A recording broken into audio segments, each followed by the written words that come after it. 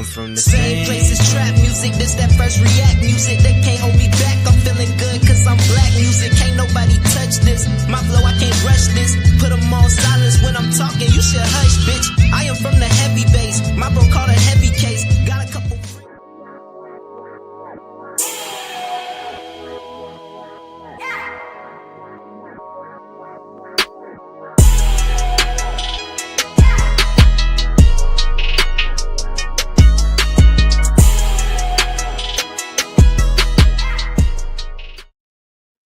Good evening and welcome back to another episode of Cigar Sundays Live, where we define, examine, and analyze words, sayings, and phrases used in American culture. And tonight, we will be smoking on the saying, plantation thinking. So grab your thinking caps and get ready to smoke on words with two big nerds, with myself, Chef Earl Pearl at DBCHEFTV, and the God, Ali Dawood L at BK Soul Farm. And we are the Cigarden Panel. Peace, God. How you feeling on this beautiful, beautiful Sunday evening? Peace, God. Yeah, I'm feeling good, man. As always, I'm actually really excited about this conversation because it's one of those things that's needed, and I've been anticipating it, right? So I've been putting my thoughts to it. So I've been able to get a lot of work done, today. So it's been pretty good.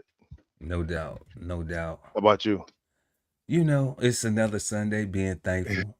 Being thankful as always. This weather is dropping, so it's been giving me a little bit of aches, little achy breaky heart a little bit.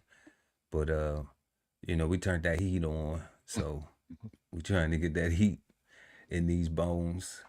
But That's what you do? That works for you? yeah, I got a heat blanket and everything. I didn't even think about that.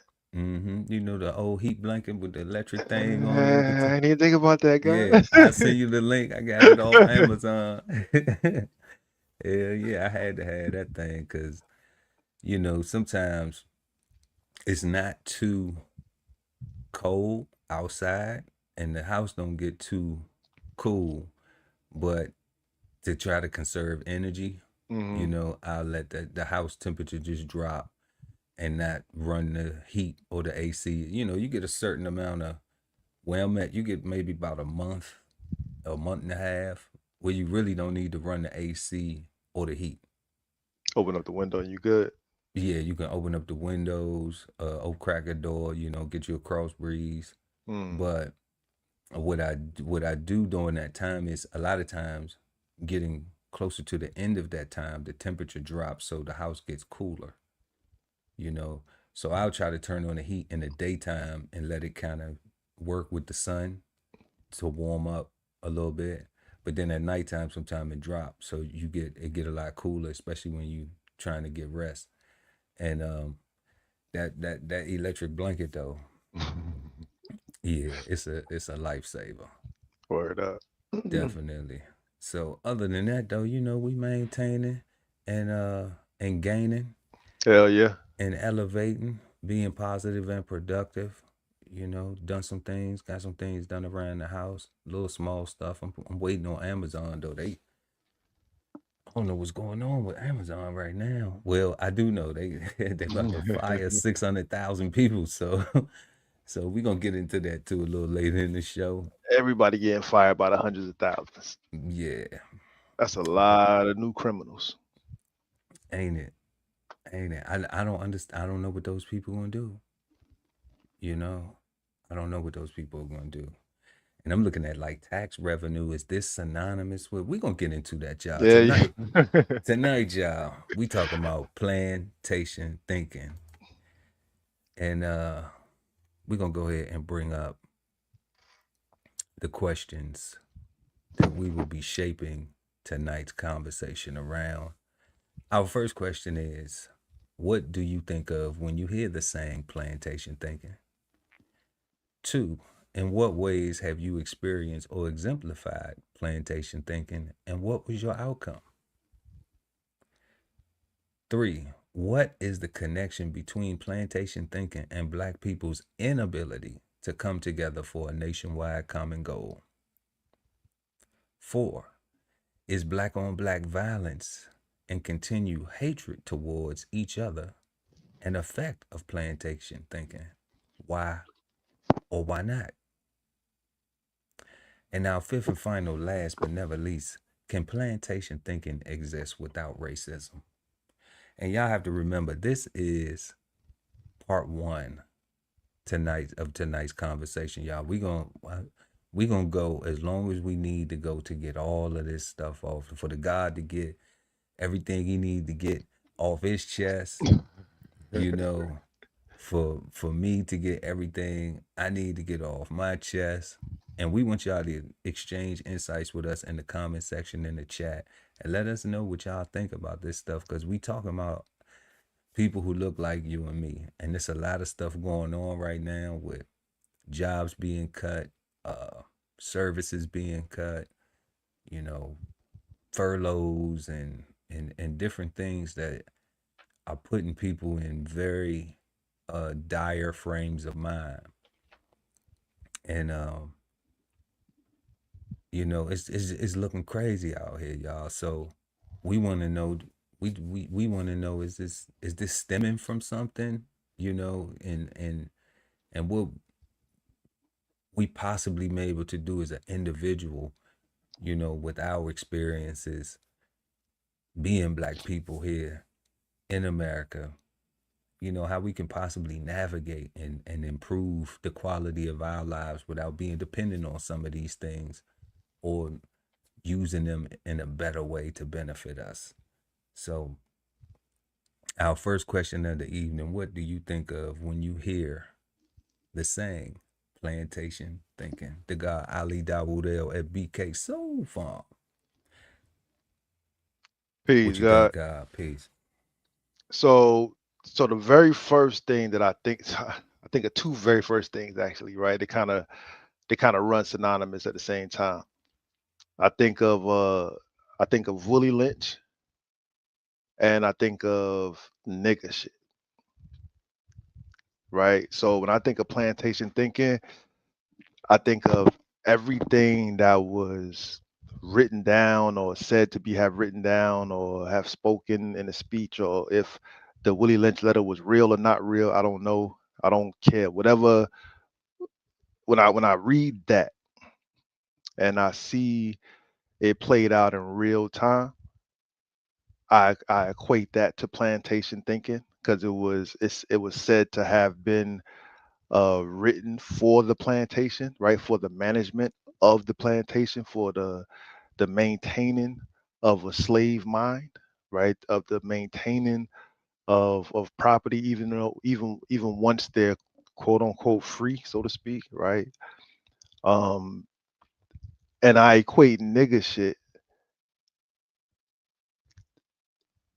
to those things being in action, right? To those things being in action on their own, where it's almost like, you know, when you was a kid, you had those wind up cars where you wind them joints back and then you let them go and they run real forward or whatnot. It feels like Willie Lynch was winding us back, and now we don't need to be wound back no more. It's like it's perpetually winding, and every time we go forward, we just go right back to get the set, and it's like it's a constant thing, right? So um, all the black on black crime crap, all the see, even black on black crime, not so much because crime happens where you live at, but more so the fratricide, right? Like things that is just ridiculous. Like things that is one thing where bad things happen to good people, but it's a whole nother thing where people go out their way to be criminals, to be YNs, to be monsters, to be savages, to be low lives, to be like that's a whole nother that's nigga shit, right? And that's also prescribed in from my memory in the Willie Lynch, right? Like that activity, like that divide is all spelled out in that, right? Even in even with the Willie Lynch and the whole, if he was a real person, if it was a real letter, like even that whole history behind the whole thing contributes to the fratricide, right? Because if you a mind over matter kind of person, and but there's a whole reason for this thing kind of person, and you like, yeah, but F that reason. I'm like, yeah, but you can't say F the reason if the reason is real and the thing is really stopping us. Like those things are contradictory, and they're gonna keep, hitting bucking up against each other, right? So that's what I think of, and when you get into nigga shit, we could talk about that all night, right? All right, but I think those two things is what I could say that encompasses what I think of when I think of plantation thinking. I think of everything that was spelled out in the Willie Lynch letter, speech, whatever that is, um, and all things nigga shit, All right? things nigga shit, yeah. Because I don't think black people was doing nigga shit before we was niggas.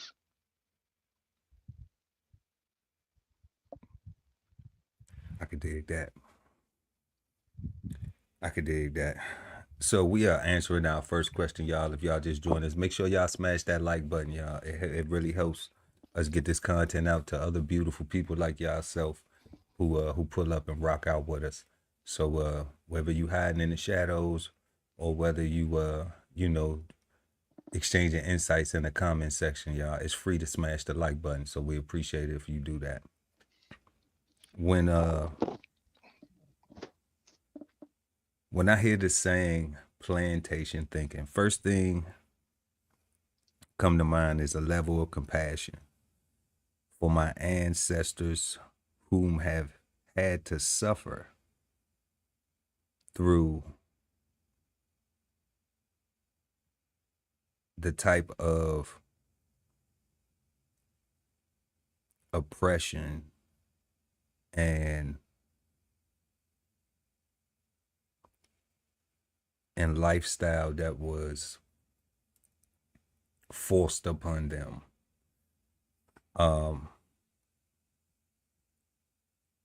Also understanding that the current Black history still being taught today perpetuates a narrative of Black people being less than, while completely omitting all of the phenomenal accomplishments post the plantation. That's the first thing. The second thing is along the lines of the nigga shit. Only being good for a fuck and not giving a fuck. Being comfortable with the word nigga.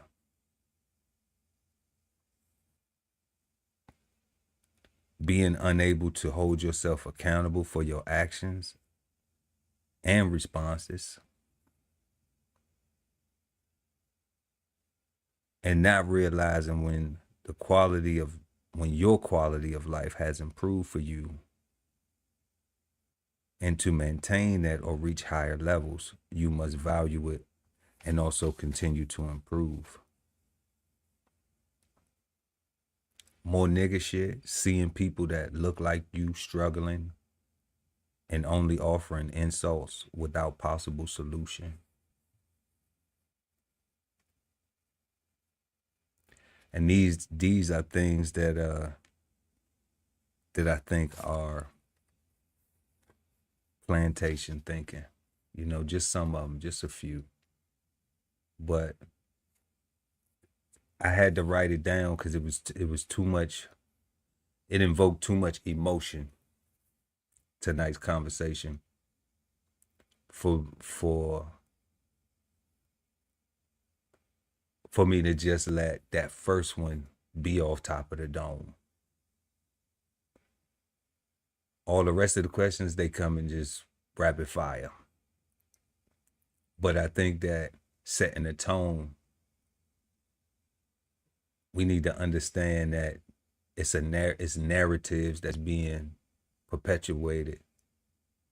And if we keep on allowing ourselves to embody some of these narratives and not pick the ones, everybody picking and choosing, but not picking the ones that are beneficial to us, then it's just going to keep on being detrimental.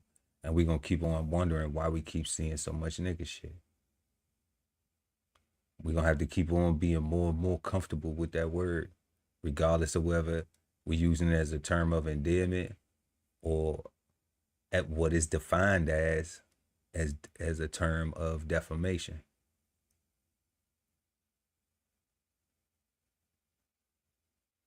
So yeah, God, that's what I think of when I hear the saying plantation thinking.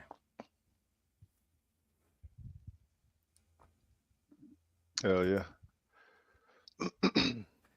And moving right along to our second question, y'all let us know what y'all think of when y'all hear the saying plantation thinking.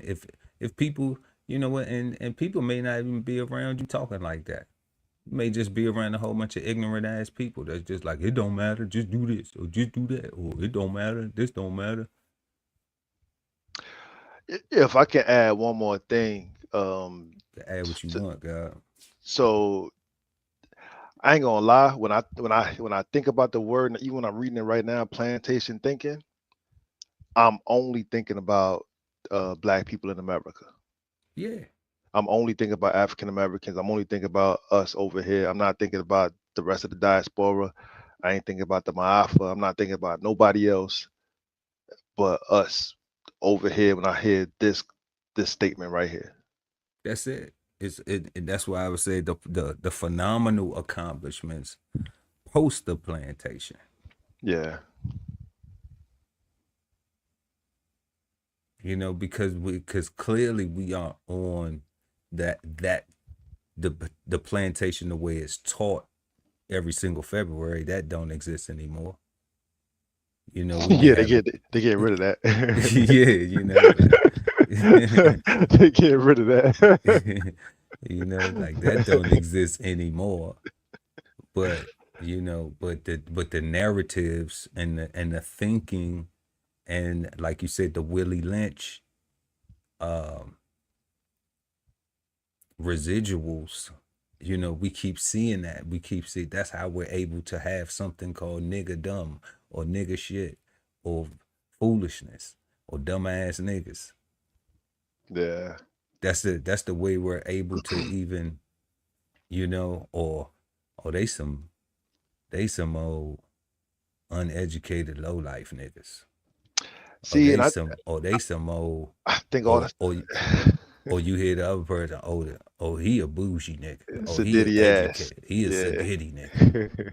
See, I think all that. So all that stuff is spelled out in the Willie Lynch, right? To put down on both sides, where you got the haves are putting down on the have-nots, or not even have-nots, have not as much, right? Because we all got what we got, right? Everybody got what they got. And the so, only way you're gonna get some more is to do the work to get it. Yeah. Yeah, no, that's a fact. So, our second question of this evening: in what ways have you experienced or exemplified plantation thinking of your own, and what was the outcome? I think this is a tough question. You want me to go first? I could think about everything before 17 was plantation thinking. And that's what I'm saying. And that's everything before I left and seen the world. And dog, that's what I'm saying, God. With the lack of incriminating ourselves. Yeah. But but the reason why that question is so important is because we always show flaw. Yeah. We ain't sitting up here talking down on nobody. We saying we came from this the reason how I can meet somebody and I can say, "Oh, you on some fuck shit," because I've been on fuck shit before. You know what I'm saying? How I can see through your fake ass smile, how I can see through your fake ass talk that like, oh, you really about to be on some.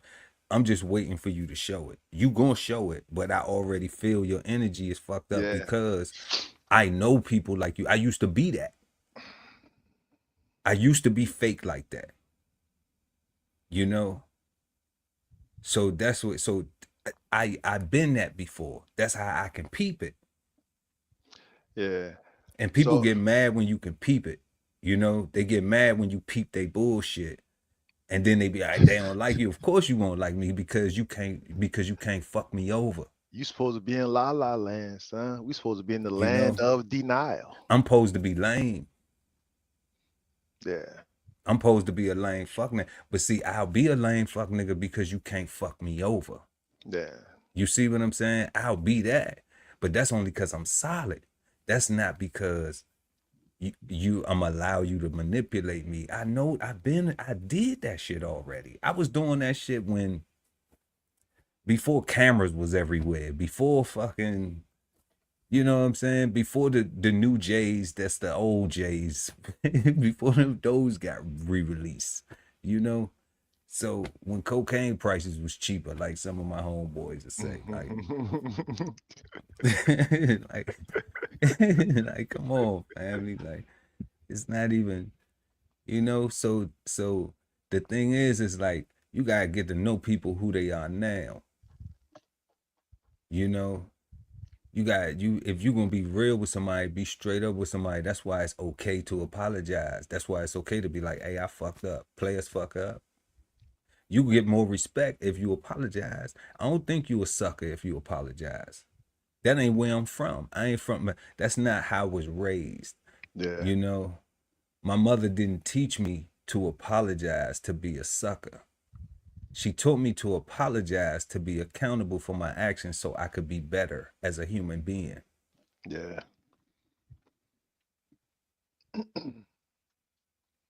You know, so I could hold myself accountable. So that's why you go stand in that corner. That's why you getting your ass beat. That's why you want punishment and can't play the game, can't go to this, can't do that, can't do this, because you know better. I taught you better.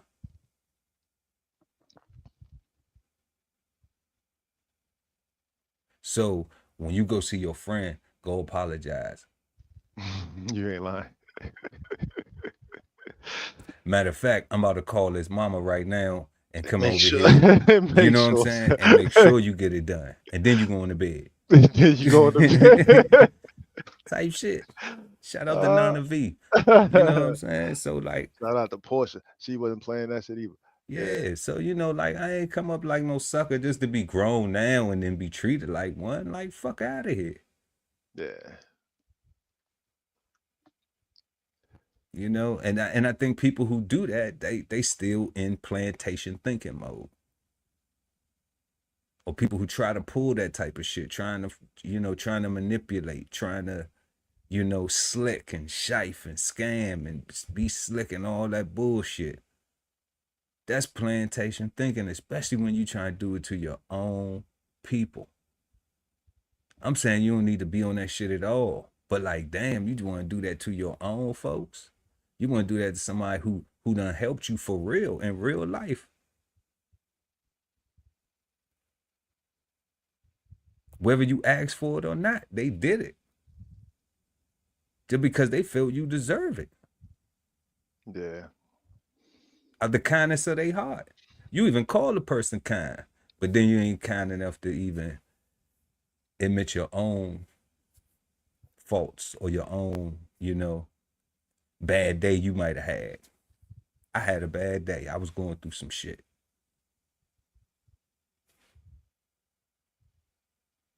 And I shouldn't have took it out on you. That don't even sound like I apologize. That sound like helping somebody understand where the fuck you was at. Yeah. That's still cool. That's still an understanding. That's still what adults do.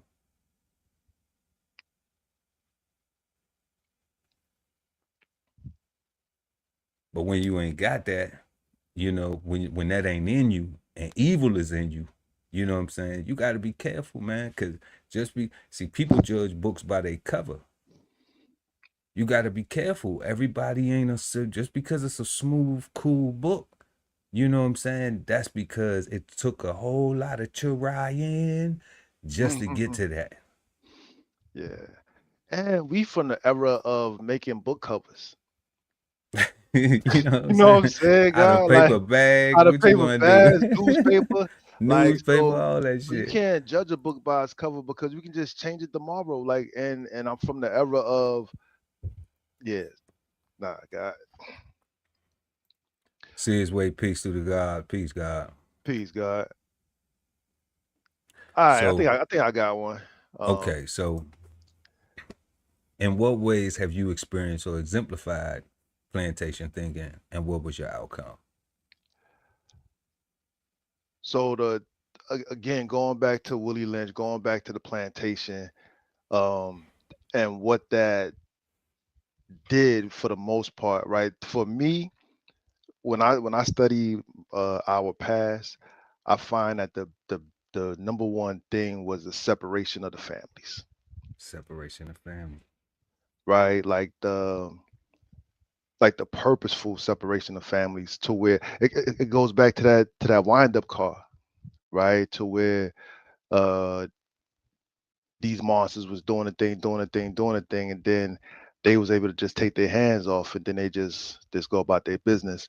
I bring that up thinking about the Willie Lynch stuff, right? And going back to the divide, the young versus the old, the dark skin versus the light skin. I think about me and my father, right? I think about the turmoil that we had that we've have had in our time together, right? And why we've had it, right? And the reason why has been because of plantation thinking, right? It's been times of um, competition. It's been times of inferiority. It's been times of superiority. It's been times of jealousness. It's been times of um, pride. It's been so much mixed emotions and unexplained, um, not even unexplained, but just undealt with, right? So just real quick. So my early childhood, my dad was around, but it was a rough around. A lot of drinking, a lot of drugs, a lot of it was volatile that time period, right? I was real young too, so I don't have a lot of memories of that volatility. I got a small memory of time that is super impactful, if that makes any sense, right? Um, and then my dad goes and gets himself together and does super awesome things for himself, right? But in the process of doing that, I get missed, right? So I have to figure things out on my own in the world, right? I'm saying all this to say because that plantation was all about separating families. That plantation was all about I got to do what I need to do for me, right? Take care of myself because I might these they might ship these kids someplace else. They might sell my wife to a whole nother plantation. They might marry her to somebody else. They might rape her tonight. They might do whatever. So all we got is right now. And if the men weren't really respected on the plantation for real, and the community or that village that they told us, it takes a village to raise a child. Like they keep talking about some African shit, right? Like I don't know no villages here in America. I grew up in Brooklyn, right? We ain't had no villages. We had projects. It was nothing but hostility and Y'all do crackheads. got the village in Harlem, right? Uh, Oh, Manhattan, where's it at? You never right? hung out there, guy? You never hung Nah, out God, there? no, No, I'm just teasing, right? guy. Nah, right. So my dad didn't have his dad to give him the guidance or the game or the ancestral knowledge that he needed to be the father that he is today or the grandfather that he is today, right? He didn't have that. um his dad didn't have that, right? So you got generations of men not getting guidance from older men to be good men currently, and nobody giving real good guidance to future men so that we can be better men or maintain the same level of greatness or whatever, right? So for me, what I did to change that, like I say, like I left, I joined the Navy. I went around the world and I got experience and I had to learn to fend for myself. I had to go out to the middle of the ocean and was like, you know what, man, whether I can swim or not, it kind of don't matter. I'm out here. What the hell am I gonna do? Right? Am I gonna sink? Am I gonna swim? Right? It doesn't matter what you can or cannot do. What are you going to do? And those things allow me to have a lot of time to put life into perspective. When you got nothing but the ocean around you, all your problems get real, real small, and you're able to.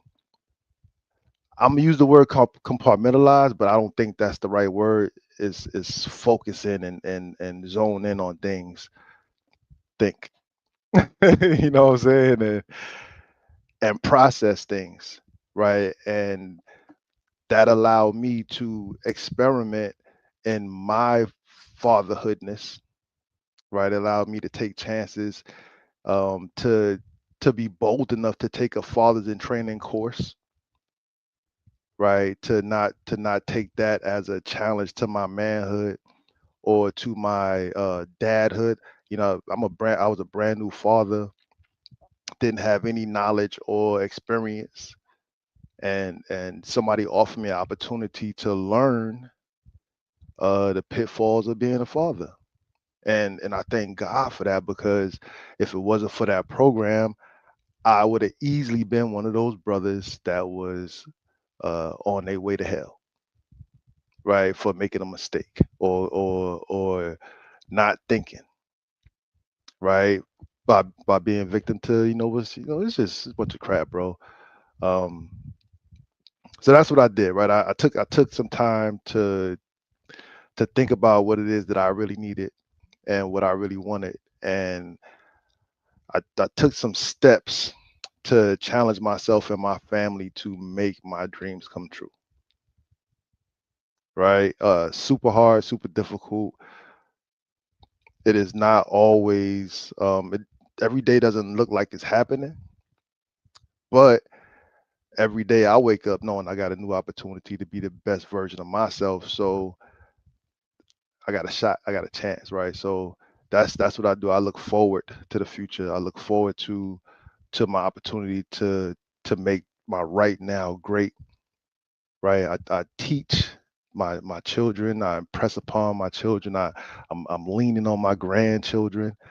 All of my friends, everybody that know me, God, everybody grows food, right? Like everybody grows because I recognize that if the if the family element was missing, if the village was missing from my childhood, from my environment, and we know about this thing, then it's up to us, it's up to me, if that's what I want,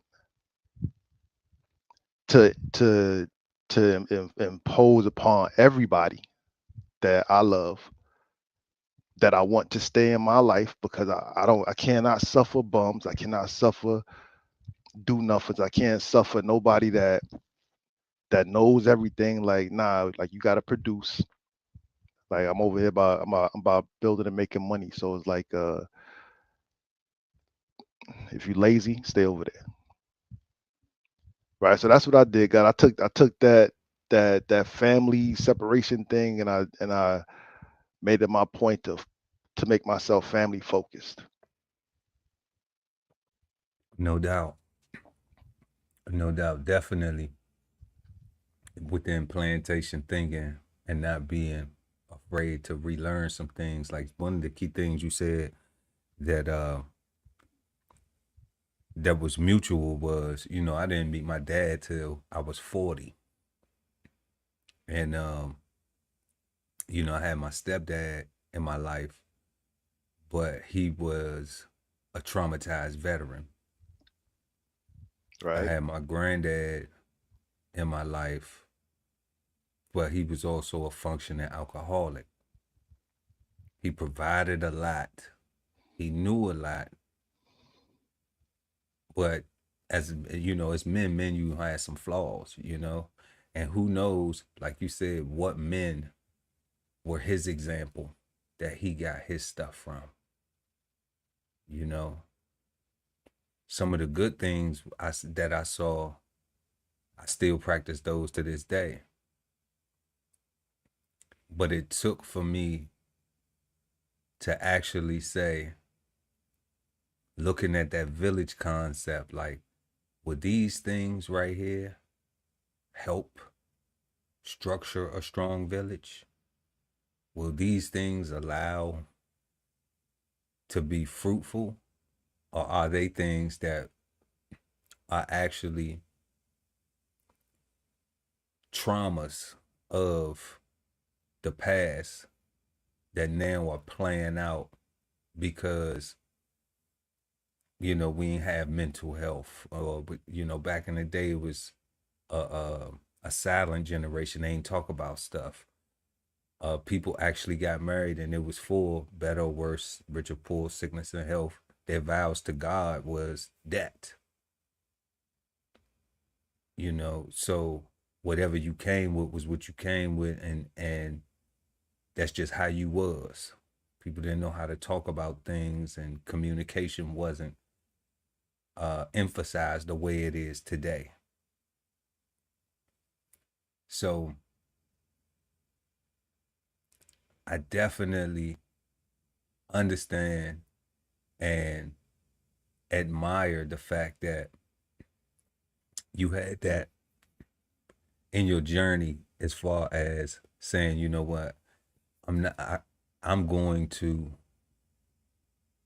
I'm going to put my pride to, you know, the bad pride, not the good pride, the bad pride to the side. And I'm going to say, you know what, I want to try to be the best version of myself, and understanding, like, this is new to me. I don't know. So I might be able to learn something over here. I might be able to have something that I can apply, because I know that in my own history of life, I was deficient in areas, you know, certain things that I did not get. And I had that conversation with my dad, you know, with like my sperm donor, you know, and you know, I had that, you know, I can give him respect. He my dad, man. And I think that was the difficult conversation for him to have, because he realized that, you know, I was talking about his absence. But I was just thankful that we was able to have a conversation. It's big, ain't it? Yeah.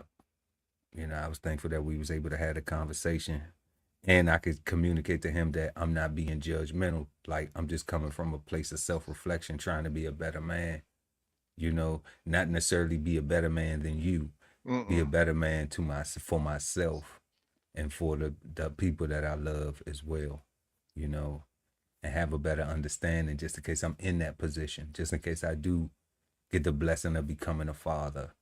And, you know, I got to do my Sankofa, you know, and I always say that Sankofa ain't always going back to the land, to the continent. It's your lineage, your village. Where did you come from? You know, you got to understand that thing first. We can get caught up in the other thing and not even realize our thing, why we deficient in areas from the examples that we had around us. So definitely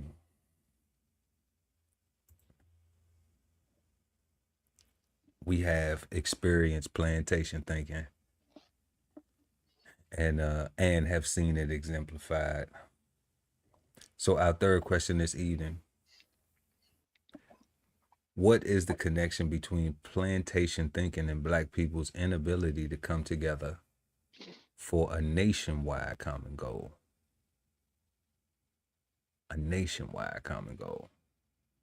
And we ask this question because, we see groups of Black peoples able to come together for different groups. You got the blacks in government. They a whole bunch of Black people that work in government and agree with, like, yeah, we gonna get together because we all the Black people in government. I don't know if they feel like they got a voice or if they make a change or if they do something, but they'll get together and throw parties and day parties and shit like that. You talking about the caucus?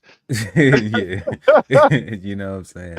And then you'll have, like, all the Greek people, the alphas, the deltas, the sigmas, the Qs and all that, they be all them, and they get together and they, come together and they do day parties and shit like that, you know what I'm saying? But they don't necessarily, maybe a sprinkle of them do work for the government. Maybe they work somewhere else. You got Black religious groups, they get together where, it may be the AME Zion collective. It may be the Hebrew Israelites collective. It may be, the National Christian Society of Methodists, whatever, But all of these groups are individual groups. It's not a nationwide, everybody have an agreement on one thing, some form of unity. And that's why this question is posed, because we even see in communities, I ain't even gonna say in communities, I'm gonna say in neighborhoods where, people tend to flock to each other to be comfortable. Like, when it's like, when the reality of the situation is, it's like everybody live here. Everybody is accountable. Like the rules don't apply to one person, the rules apply to everybody. So we all gotta follow the same thing. Like, we all in this shit together. But there is no realization, there's no desire to be common in those things, even on that level. So the question is, what is the connection between plantation thinking and Black people's inability to come together for a nationwide common goal? Let us know what y'all think in the comment section. In the chat, in the chizat. I'm looking at that question, God, and the first thing that sticks out to me, my emotions is making me scream out and say the nation don't love Black people. So there's no way to have a nationwide goal or a common thing like that, anything that we can do nationwide, because the nation historically has gone out of their way to make us feel as invisible as they possibly can, right? Even in recent times, to go as far, you got these MAGA groups and these Republican. I don't know if they're all Republicans, but they're all white people talking about America has always been for white people and for white Americans and for the white man, and that in itself, plantation thinking, stops us from having a common goal, right? Because the nation don't want us working with them. They want us working for them, but they don't want us working with them. The first part of what you were saying, with the Hebrew Israelites, all the different groups and the Greeks, and I think that's all a part of the same conspiracy, right? I think that within that Willie Lynch, within that whole slavery concept, as long as we do not stick together, the nation wins as a whole, or maybe not the nation, but the system or whatever governing body is controlling this thing, right?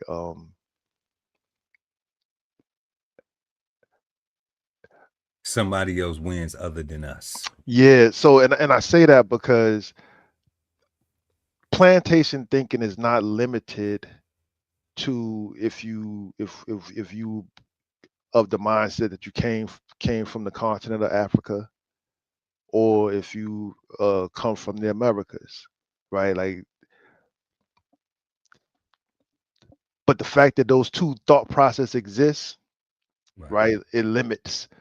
It creates a whole problem, right? Did I come from Africa, or was I already here? Was my ancestors ever enslaved, or was my ancestors one of the freemen? Right? Like it's a constant. So I hate that. I hate freedmen. Like how was I they love freemen. I know. how was they freemen? Was I they know. I how was know. they freedmen? I Like know. was they ever slaves before? Or you know what I'm saying? Like that it don't make it make sense to me. Like And was they slaves before and now they freed, or was they just always been free? always been free, right? And that's what I'm saying right now. Like it's the way that we gotta attack the way that we gotta think about these things is just hard. Because if the thought process is these people was always free, right? Then where do they get this term from? And if they was always free, are they the same as the ones that was enslaved? Right? Are they the same people? Like it's just a constant another way to make us fight against each other in a system that is laughing at both of us. Right? We think about the minstrels, right? The minstrels started out like that was like the newspaper and the TV for everybody, and they was making fun of free black people and enslaved black people, right? Like that's how America was seeing how the slaves, like slavery wasn't everywhere, right? All white people couldn't afford to be slave owners, That's right. That's right? right.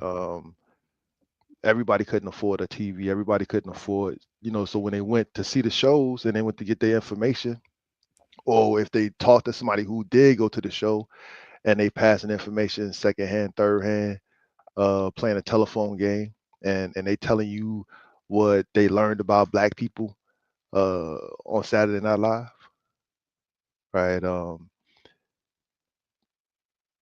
Like that's divisive, right? That is plantation thinking. Like plantation is divisive in itself. Like there's no way to be. All right, like we really gotta say fuck this plantation, like, and we gotta say, like, we gotta either acknowledge that we're all on a plantation, we were on a plantation, like we gotta acknowledge some commonality so that we can combat it. But right now, the plantation got us thinking that we wasn't all on the plantation. The plantation got us thinking that the house Negro and the field Negro are two different Negroes, That's crazy, right? That's right? crazy to me.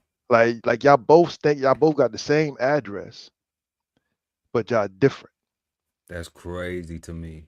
Y'all both getting whipped whenever master feel like it. Y'all both getting done up, whatever master feel like. Y'all both in the same situation. Y'all both getting bought and sold. Y'all both got the same exact status. Same exact status, property. Property. But plantation thinking will have a person thinking that the house slave is doing better and they got a higher status than the field slave, right? Because it's like, oh, I'm outside. And where does the information come from? It can only come from one place. Like I can't see for myself. I can't see us, God. We both enslaved. They take you in the house. They leave me outside. We both came to work at the same time, so we both know we both slaves. And when they take you in the house at the end of the day, and we I don't know how we forget that we was both slaves that day, bro. Like our status is the exact same, right? But that's that plantation thinking. Like it got us. It got us separated. It got us no commonality. We can't even agree on our history here. Right.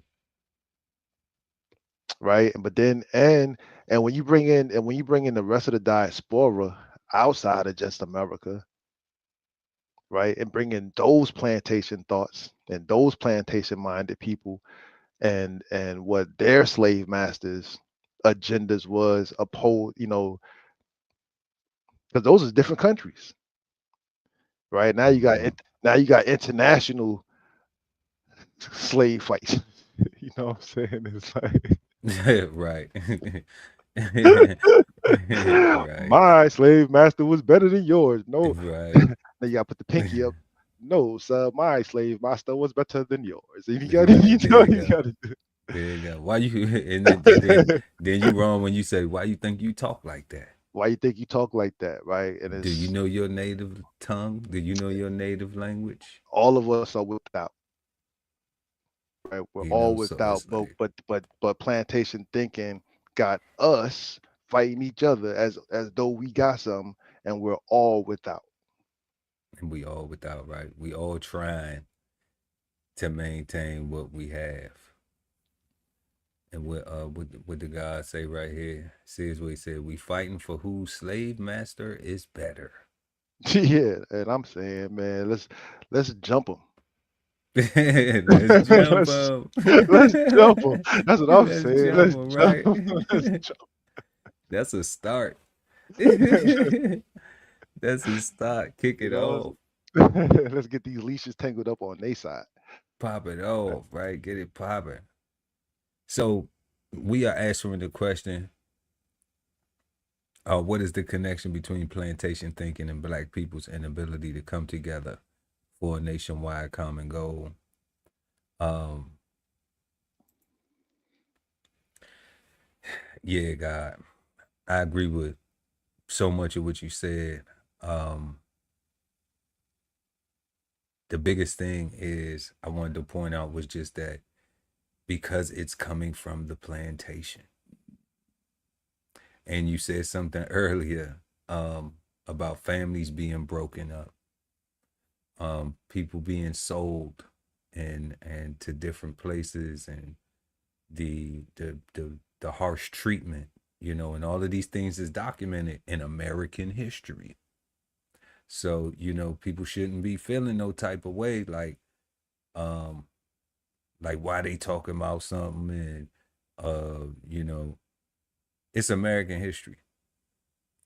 And every February it is made sure in the public school curriculum that it is reiterated that you don't forget this. That your children, that you will come pick up and they'll ask you, why you didn't tell me that we were slaves? And your parents say to you, you ain't no goddamn slave. And you ain't never been no slave. And neither was I, and neither was your grandmama or your mama or your daddy or your uncle, or your cousin. But yet and still, the other children of other ethnicities don't have to go home with that same uh, trauma.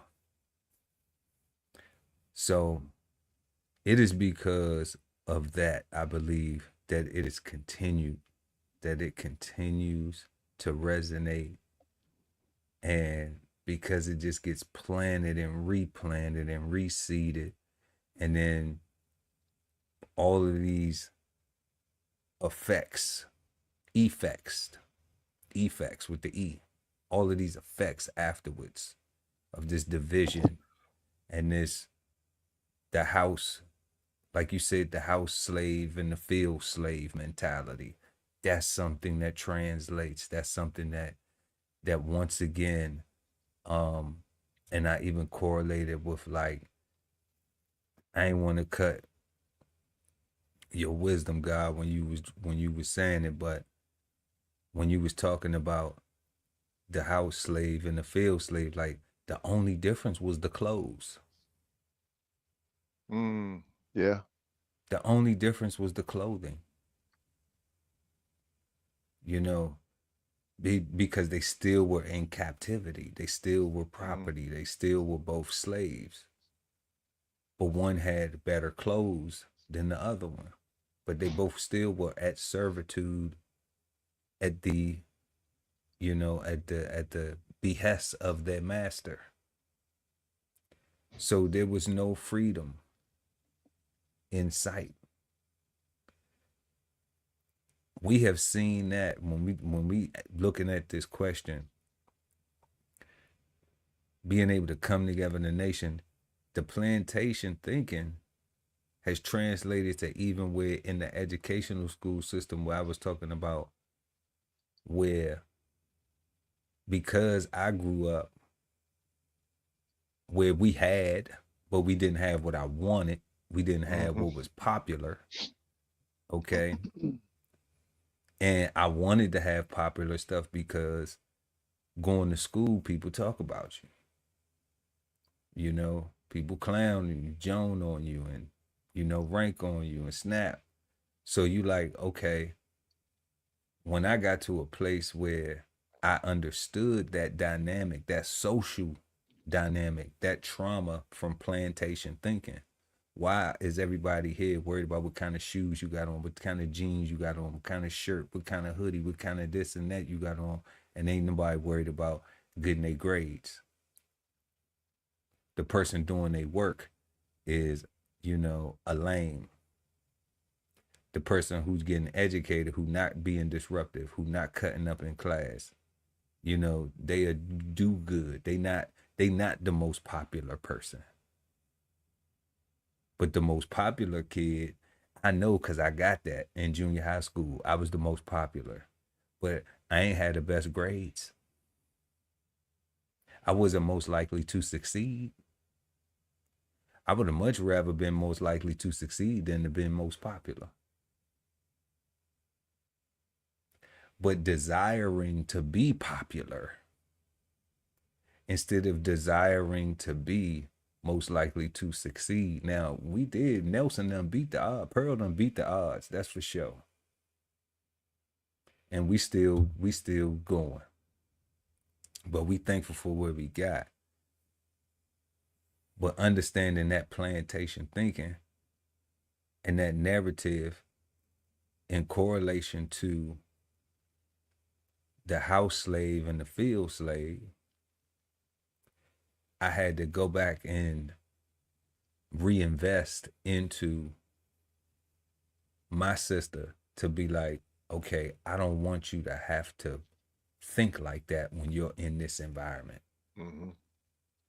I want you to be able to feel comfortable when you go to school, to look like you feel comfortable. And to, and I even taught her how to clean her shoes and stuff like that. That's how you keep your, come home, take your laces out so you don't be looking like no poop putt, how to clean your shoes, keep your stuff looking fresh, make sure you iron your clothes, make sure you do style. You don't have to have the best stuff, but we gonna get you some name brand stuff because I understand how it is in that dynamic. That's something that came from the plantation. 100%. Simply just because the house slave got better clothes than the field slave. So when they get to the schoolhouse, now it's a fashion show instead of everybody trying to compete with each other to be the most likely to succeed. God, that's that wind up car. Cause now there is no house slave or field slave. Ain't nobody putting us nowhere. We saying which one of us belongs on the field, which one of us belongs in the house. That's right. Who got name brand? Who got that boo-boo on? Wow. Yeah, so wow. So I think that we've been experiencing a lot of plantation thinking and a lot of plantation mindsets and things that have just spiraled from that place, that a lot of times we don't even understand that that's what we going through when we in it. And then people don't care to self-reflect. People don't care about trying to be better, you know, trying to understand it. It's like that, well, that's what it is, and you know, or it's a over people overdo it. Remember when I said I had all these shoes and I was like, what the flip do I got all these damn shoes for? Yeah. You know, now I didn't get rid of my shoes. Hell I no. just stopped buying them. You know, I got a bunch. you know, I just say I don't need no more shoes. You know, like I ain't get rid of them, but I just say I'm not gonna, you know, I'm not gonna put money into this anymore. You know, I'm gonna now, being older and wiser, your priorities change. You say, you know what, I'm gonna put this money somewhere where I can make sure I'm gonna have me some money later on. So that's the difference. Cause I'll still be able to wear these shoes, especially with as many as you have. You won't be able to wear them all every day. But that was also a symptom of plantation thinking. That was also a thing where, you know, and as far as the coming together part, I just think because everything is just led with such divisiveness. First, right? First, yeah. From religion to, you know, to social clubs, social groups, just even mindsets where, you know, where people where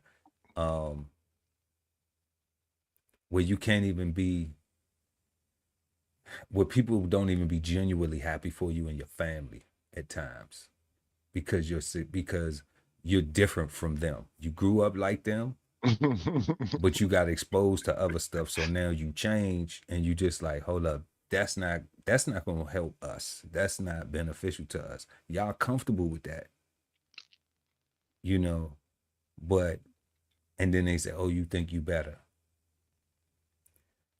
I do think I'm better, not than you though. I think I'm better than I used to be. Yeah. And we need to start being able to say that. Like, yeah, I do think I'm better than I used to be. Right? We should say it just like that. Yeah, I do think I'm better. Pause. Than I used to be. Right? Make them feel the sting, right? Because like that's what I'm saying. Like you got some kind of inferiority, and you running a race against the wrong person. Right. When you have somebody who love you, who will share, you know. I'm not racing you. Right. Like I'm not in no race with you. Like I'll share what I have, you know. But you just can't suck me dry. Correct. You know, you can't just leech and be like, you know, all take no give, all take no desire to build too. Like, because if I do that, then guess what happens? Yeah. Now I ain't gonna have nothing. And I don't get why people don't understand that. You know, I don't get why that's so difficult, where it's like that's the change. And I get that we form habits, that plantation thinking of I can grab out to you and you're gonna be there, and every time I can just hold on to you, I don't have to try no harder. I don't have to do nothing because you gonna, because that's what family do. I hate that saying, bro. Like I hate that. Family's supposed to be there for each other, right? I get that, and I agree with that. But you are not supposed to abuse me. You're not supposed to abuse me. Like you're not supposed to want to abuse me. You're not supposed to want to hurt me. You're not supposed to want to take advantage of me. Like you're supposed to want us all to keep being family, right? And keep being able to lean on each other when we need to, and keep. But if it hurt when you lean, I'm gonna start moving. You know what I mean? I be thinking family thinks that because you have unconditional love for family, that you can't develop a dislike. Love and like are not the same. And love and like are not the same. So I really think that people don't get that. They misinterpret it, where it's like, you could tell a family member like, I just don't like you, man. You know what I'm saying? Like, and it's not that it's all of you. It's things that you do. You know what I'm Yeah, saying? It's a difference when you say you don't like somebody and they ain't doing shit to you. Like you just, if you want to like somebody and they ain't doing shit to you, like you probably really infatuated with that person. yeah. Cause they ain't doing shit to you. They ain't thinking about you. They ain't bothering you or nothing. They ain't causing you no harm or nothing. All right. But if somebody doing some shit, like constantly doing some shit, and you and you under and it's affecting you, then yeah, you could develop a dislike. That's the way it always happens when people constantly doing stuff to aggravate you or to bother you or to, you know, then you just like, why you treating me like this? What have I done for you to treat me like this? Let's have a conversation because I'm beginning to not like you. I love you though, family, Man, but I'm beginning to not like you because you keep treating me like I ain't shit. You know what I'm saying? And it keeps hurting. right, and it keep hurting, and like I ain't treating you like that. I ain't doing that to you. I ain't bothering you. No matter what you might be thinking, I'm not doing that.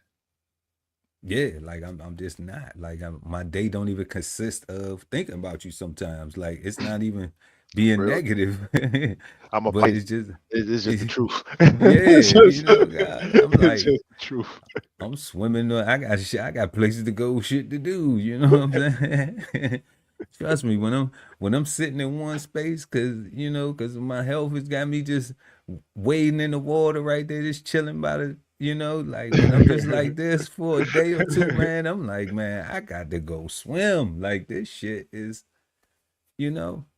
So definitely, it's one of them things where I think that plantation, these things that have come from the plantation, we just don't evaluate, we just don't reflect on it and evaluate it enough to do the correlation.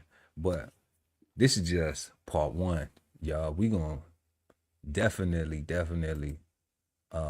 like we said, this is a series of shows. This is just part one of Plantation Thinking. We are gonna have as many of these as we need to be able to try to gain some more understanding of this thing, because I think we all are affected by it. I'm seeing Scissorway's comment, the one above that one. Yeah, this right here. I'm good on all slave talk and all slave movies and slave history.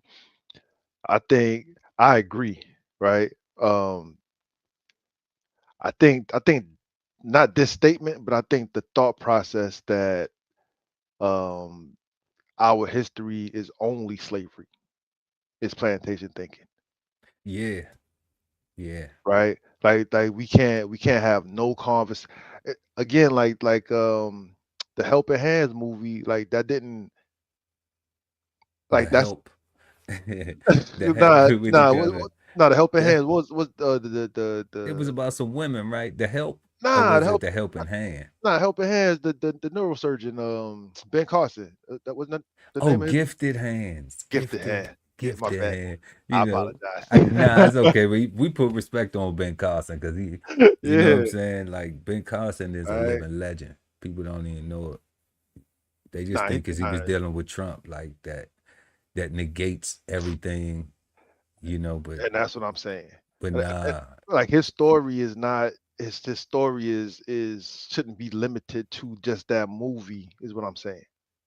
Like right. that's a great landmark in American history, um, and greatly in Black history. Like In that's Black that's History, hell yeah, Ben like that's Carson. that's that's our fucking thing, right? So to limit him to at best just a movie, and then to try to belittle him and call him, well, he's the president of HUD or some shit like that. He did that. He done with Uh, that. yeah, right. Like, He did that. He done with that. Or the worry about who he married to, who he yeah, screwing. It's like Yeah, that's Like not who important. cares? You know, The neuro like part was great, like the neuroscience part, the all yeah, things medicine. you know, like you gonna tell your son or daughter like don't try and do that because you might get a white wife or you might get a white husband or some shit like that's stupid as fuck. Like I don't don't get don't that. be a doctor. Don't try to be uh, a Nobel Peace Prize winner. Don't try to be, the best version of yourself. Don't try to aspire to go higher than Ben Carson because, it's like, man, people got who's for them. Yeah. People have who's for them, you know? And we're not looking at Ben Carson as our savior, Lord and Savior and shit. You Nah. know, like that's the I problem. see I see Ben Carson, like I could tell my grandson, like, yo, son, you can be a neuroscientist. Like You you can be a like neuroscientist. you could, like, there's things that you can do, like we're everywhere. Like we are so imposing, like we are so impactful. Like, and that's a story. That's how I give it up. Like I love myself. I love being black. Right. And it's not, oh, because I made it, oh, not I, because my ancestors made it out of slavery. Like we was black way before slavery, Way before slavery, right? Like way before there was white people even, right? Like we was black, right? So before Christ existed. before Christ, that's why I say before white people. Before, Before ancient Kemet. you know what I'm saying? Like we've been black, The Dogon. been black, right? So Come on, man. so all these, like, so they got, other people got us just hating ourselves so much, and the standard is them. Yeah. Yep, Sizway says about to say, yeah, I do think I'm better if you say anything counter, then I'm better than you too. I'm just saying, like, ain't nothing wrong with, people have put this in such bad context and, to where people feel as though they they're being insulted or something, I guess, or or oh, you think you better than somebody. Like, If I made better choices, I'm making better choices than you. So yeah, with context, what are you putting it as? Yeah, I'm yeah, making better choices than you. So in that area, if the area you're talking about is a comparison of who's doing better, then you may be right. Just based on the evidence, based on the comparison that you're making about that particular thing. That's fair. because I'm a You good know? listener.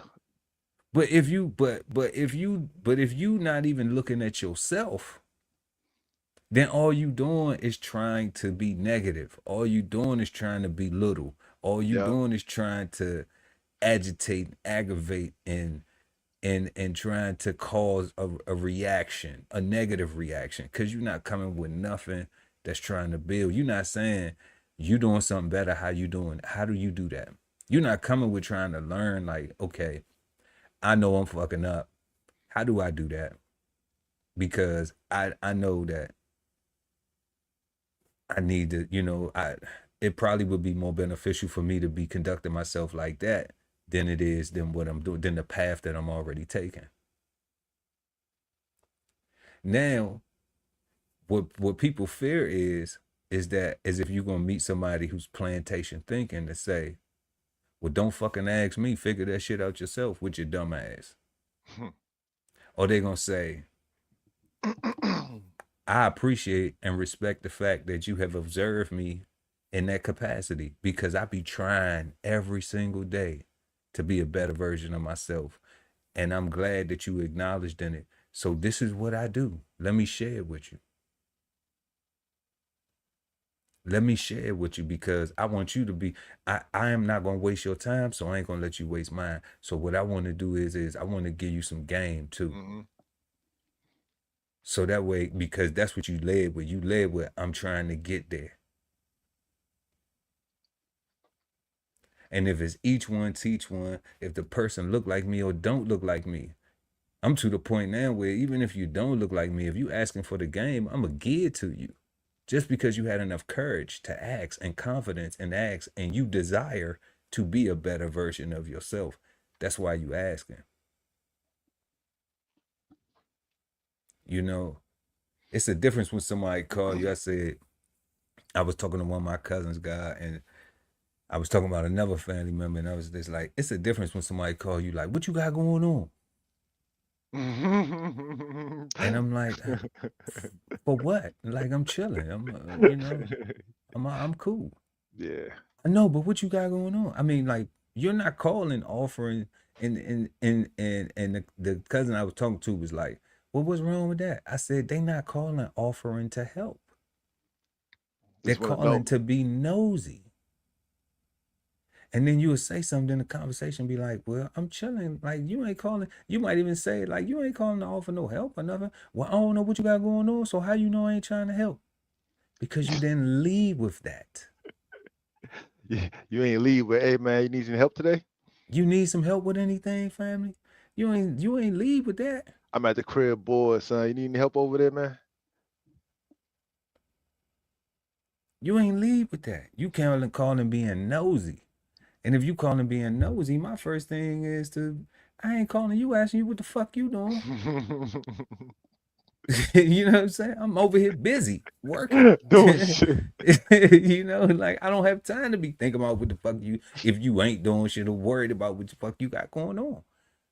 And then she said, well, what about the help? I said, well, even if they ask to help and you say, I don't need that type of help, but if you want to help, here's what you can do, then they don't want to help you.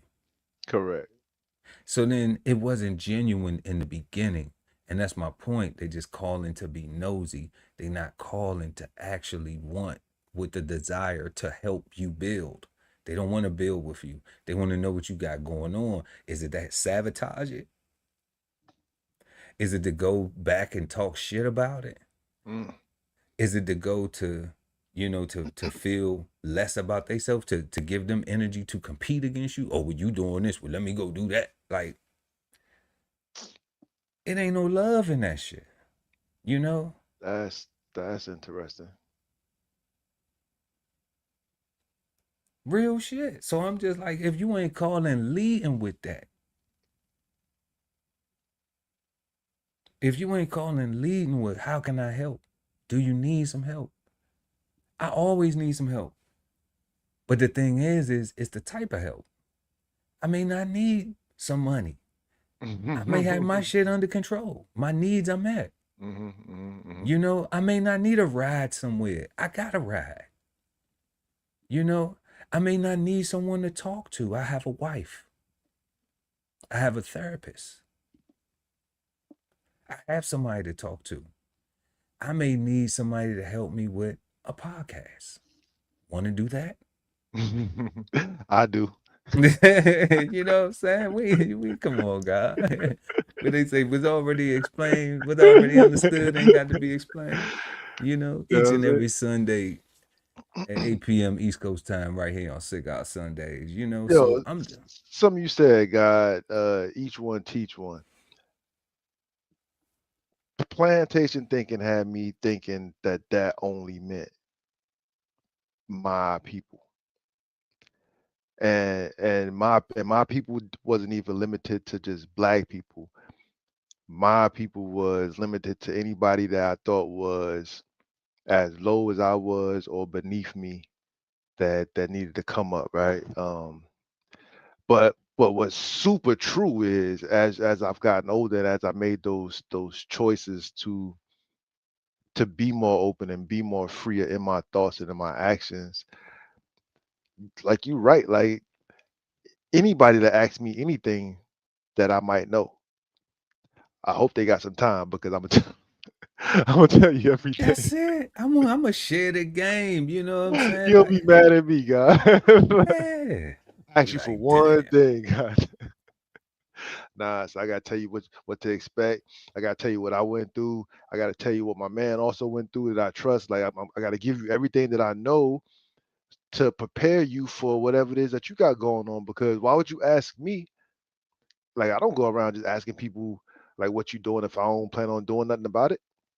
Why does the universe have you in my space at this time with this particular question, with this particular inquiry, and knowing the type of person that I am to be able to share all of the experience? Because that's what It's you like, want, right? You want because it's you like, want it all. because it's like if you don't got time, you're gonna be walking away, and I'm gonna still be talking to you. Don't forget, remember so and so and so and so. All right, okay, cool. You remember that? All right, peace. You know, because I just did that. I did that with a young brother. He was an Amazon driver, and he was going to he said that he was getting ready to go into the military.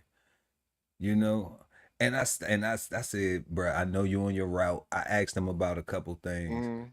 you know, because I was curious to what Amazon had going on, like how they do it, how the drivers what their routes are like. Mhm. So he bust that down to me real quick, and then he told me, and then I asked him, was he making it a career?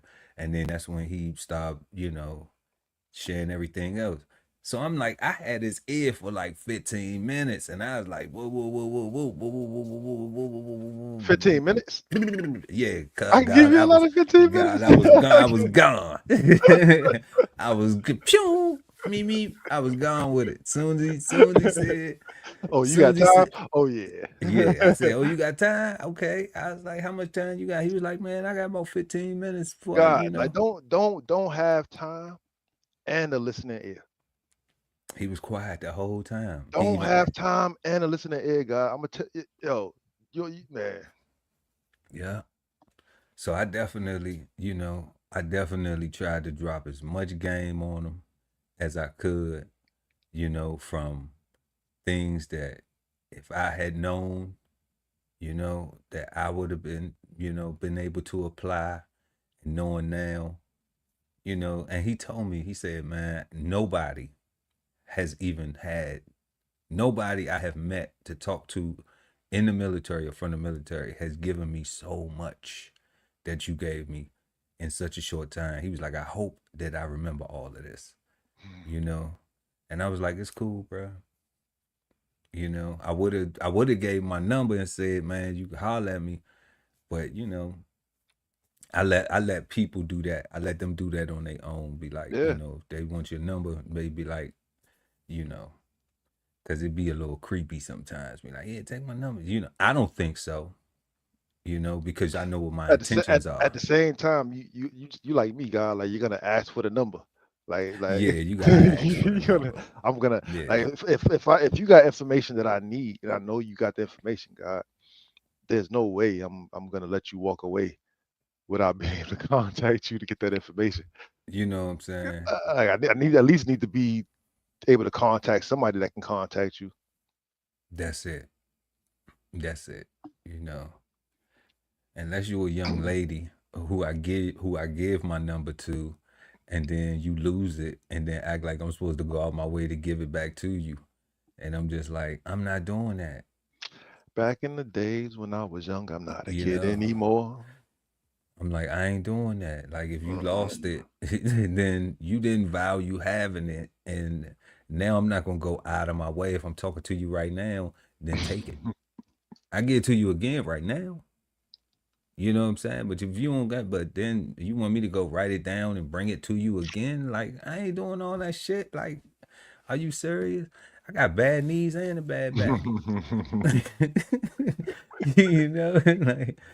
Like, like don't mistake my efforts to preserve my energy as arrogance, or to somebody thinking they like that, or this, that, and the third. No, you think I'm like that. I know I'm like that. I've been like that for a long ass time.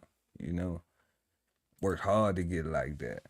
Oh, I might be mad at Ali every day because he's going to give me all the words. That's right. Hell yeah. That's right. So look, y'all, we had just got finished answering our question. What is the connection between plantation thinking and black people's inability to come together for a nationwide common goal? Let us know what you think in the comment section, in the chat. Let us know what y'all think in the chat. And you know, we always gonna give feedback. Make sure to go ahead and smash that like button. I don't know how many people in the building, but we appreciate and love all y'all for pulling up tonight. So go ahead and smash that like button for us. It really helps us get this content in front of beautiful people like yourself. But we're gonna go ahead and jump in to tonight's flavor bombs before we go and finish the rest of our questions for this evening. Flavor bombs presented to you by DBCHEFTV. So we got the impacts of the government shutdown. As y'all know, the government been shut down for about 26 days, something like that, going on 3-4 weeks, almost a month now. And it's getting kind of hectic, man. Military people not getting paid. I don't know, it was a drop in the bucket. I think the Milton family or somebody donated a few dollars, but they said that that's real short. Like that might even cover, I don't even think that will cover the Coast Guard. And I think they only got like 40,000 people in there. Paychecks by donation, God? Yeah. Yeah. Any way we can get it, we'll take it. You know? Oh man. It was wild. It was wild. This is the wildest time ever. What a time to be alive, you know. And then we got 600,000 jobs at Amazon going bots. And that's right. I didn't put going to bots. It's going bots. It's going robots. So, you know, that's going to be very interesting to see what that looks like coming up, because I heard that people are getting notices that as soon as November 15, they did say that they were going to be doing their normal holiday hiring, of course, but that may be short-lived, like next year after, you know, where those jobs are no longer available, even at part-time. So it's very interesting. But we're going to go ahead and get into a couple clips real quick, and then we're going to get back to the show, y'all.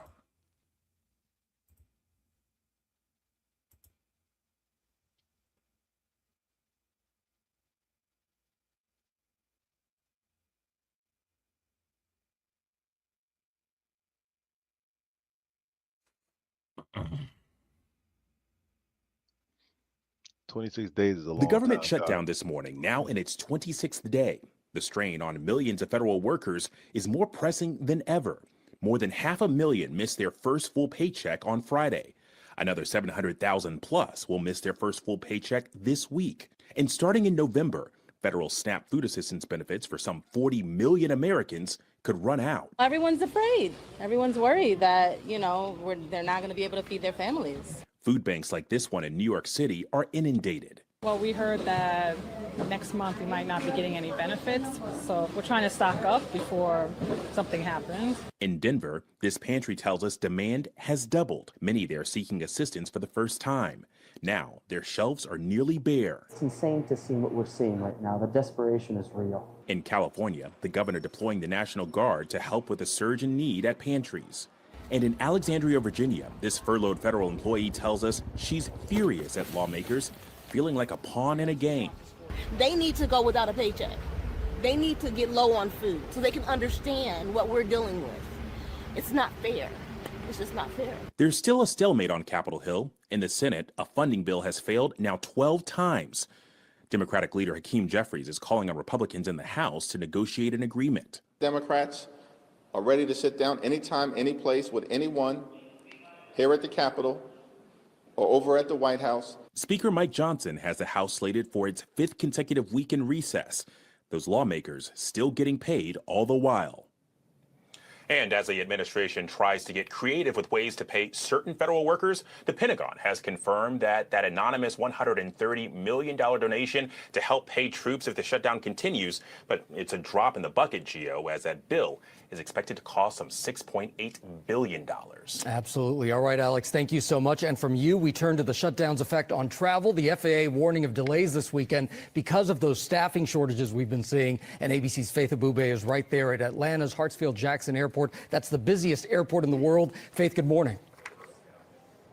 Yeah, good morning to you, Gio. And it is busy this morning. On average, about 1 in every 20 delayed flights across the country being blamed on the shutdown. And officials are warning it could get worse. Air traffic controllers were set to miss their first paycheck of this shutdown. 2 weeks of work, $0 to take home on Tuesday. The president of the Air Traffic Controllers Union saying it is causing a significant amount of stress for the workers, making air travel less safe for all of us. Some of the controllers are even picking up side jobs like driving for Uber to put food on the table. The impact on travelers also mounting this morning. In some cases, about 53% of flight delays have been blamed on ATC staff shortages. Now, this weekend, the FAA has issued more of those staffing triggers affecting major hubs in places like New York, Chicago, Vegas, and Southern California. And the Transportation Secretary warning that as the shutdown drags on, the FAA will continue to put safety first, slowing down arrivals and departures. And in some cases, if needed, they will cancel flights. Janae. We are seeing those widespread impacts. Faith, thank you.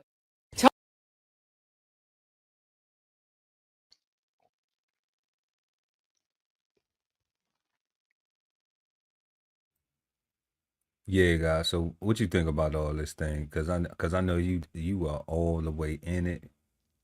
You know. Yeah. The one thing about that story that bothered, like 26 days is a long time. I'm definitely impacted, affected, and all that stuff, right? But as an American, the one thing that bothered me about that story is the stockpiling of food, right? Like Okay.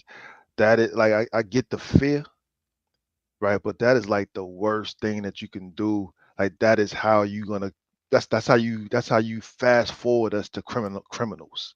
That's how you fast forward us to the purge and all that stuff. That's how you fast forward us to anarchy. Because what happens when you have a power outage, Mm. right? And or what happens when you have a power outage that's on purpose? Because they realize so many people stocked up their freezers and their deep freezers, and they're not as impacted as they want us to be. Like what happens when this conspiracy thing is really real, and your actions are the reason why things are going down the way it's going down? Again, it's this that COVID stuff all over again, right? Like the ridiculousness of, I need to go out there and buy all of the toilet tissue because if I'm COVID positive, I'm gonna have diarrhea. Is so insane, because if you're COVID positive and had diarrhea, you'd be in the hospital. You wouldn't need none of that toilet tissue in the hospital, right? Like you just need your regular amount, right? Like so, and this what I'm saying. This is why 1016, 160 self-sustainability is so important. This is why supporting your interest in living is so important, because somebody will scare you to death, right? Somebody will scare you into putting a bullet into your own head, like going out there and food stamps is running out. We're gonna stock up, stock up, stock up. If you need food stamps and stuff like that, I'm thinking that you don't have the resources to store that food long term. Not, some people might. Dry goods. People will pile up dry goods. Yeah, but I saw meat.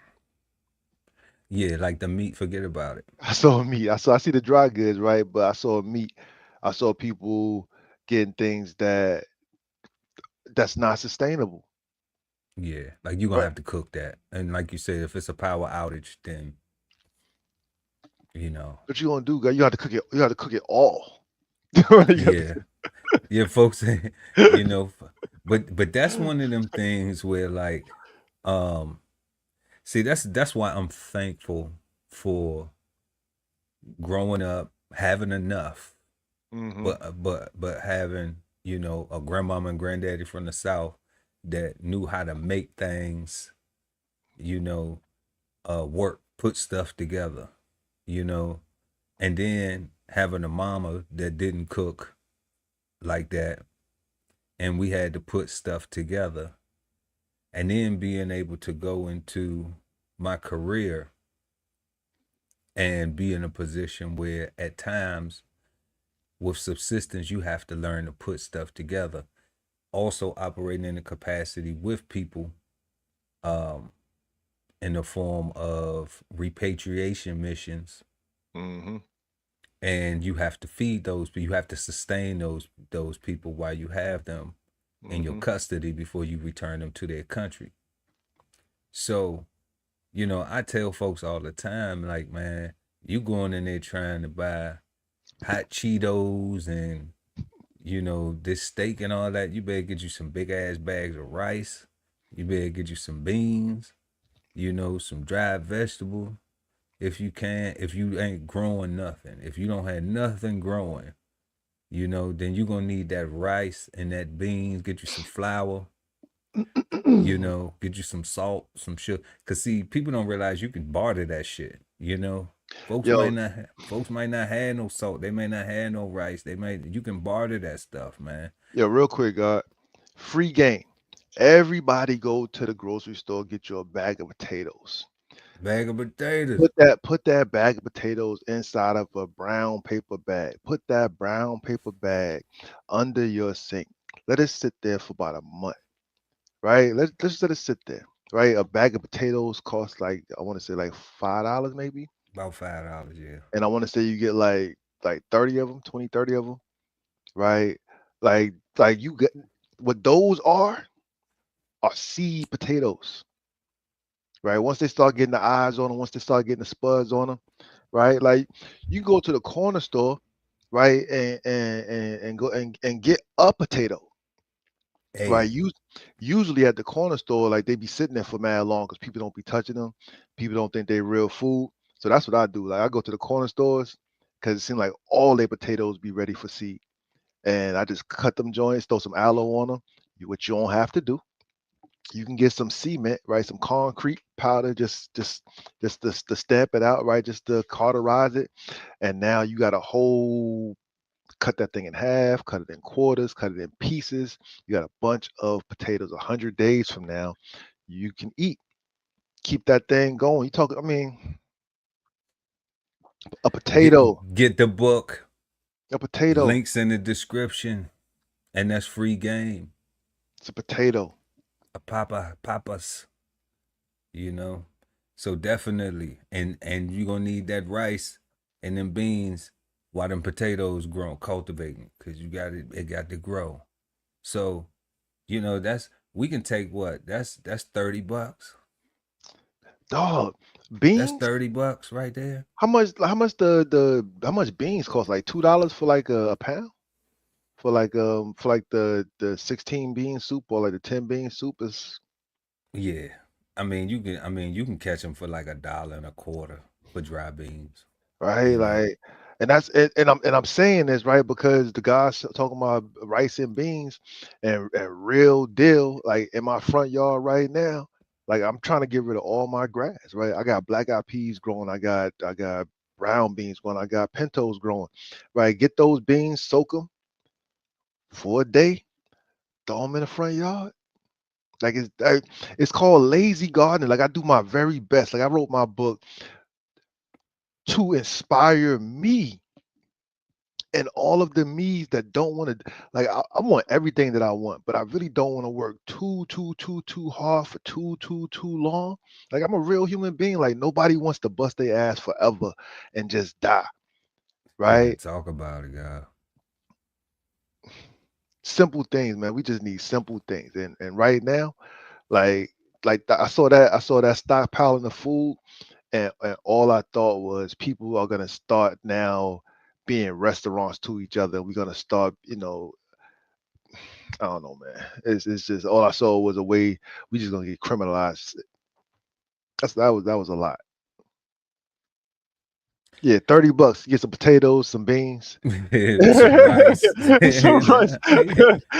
You know, make sure you get your little salt and pepper, you know, so you can have that. You know, get you a big thing of salt though, because you might be able to barter with that. You know, folks like salt. They ain't had no salt. You know, some flour, bag of flour. You know, you can survive. You'll be able to survive. You know, Yo, you can grow spinach, right? Like you can grow like the amaranth, what they call it, bargee in Trinidad, right? callaloo. The callaloo and like the little the seed parts, right? You can literally dry that part out and crush that up and turn that into like a flour, right? And I'm saying that because callaloo is technically considered a weed, It right? is. Like it's 100% a weed. Like dandelion. 100% food though, right? Like 100%. and it's not a weed because it's not good or it's negative. It's a weed because of how invasive it grows, because of how prolific it grows, because it outcompetes every other thing in your yard if you just let it go, because it grows, and when the wind blows, it flows and it grows some more. And it's the seeds travel. That's right. Right, and it's a constant thing, right? So you got spinach, you got you got a flour, you got a superfood if you eat it raw, like without even grinding it up or nothing. Like this is a bunch of things you guys can do without buying everything in a grocery store, without putting each other in jeopardy, right? Like if you got a countertop, if you got a fire escape, a windowsill, a front porch, like there are things that you can do to put yourself in a position to not do what those people was doing, because again, we don't need a whole COVID situation where now there's no food in the grocery stores and now people are coming into your house. Sure enough. And like the guy was saying, I just want to add the text because this is what he told me that got my ass moving. All you need is a bucket in the corner. Facts, Okay. God. All you need is a bucket in the corner. So it's no excuse.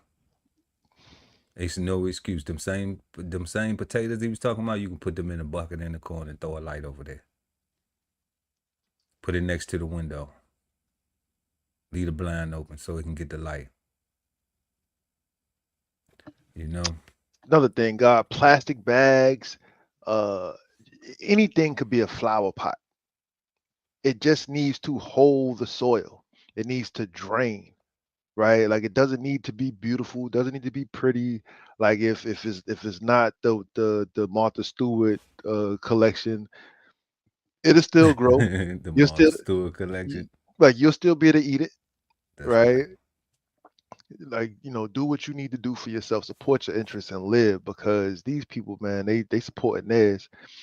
They said that that they've been on recess this whole time. That's what Yeah, he they've said. been cooling. They've been cooling. They ain't been giving a fudge. See, I've been furloughed, so I don't know. I just been at home. You know, I seen it come through. I That's seen what they had crazy. going on. I was just like, damn, they just chilling. Like they on vacation and shit. They They on all in vacation. Martha's Vineyard and, Mar-a-Lago and all that type of shit. They on Swiss holiday and they in Aspen and all types of shit. Yeah, man. It's wild. Must be nice. And for all the troops out there, I just wanted, and government employees like myself right here with the guy Ali Dawood that BK Soul Farm, like he told you, he furloughed.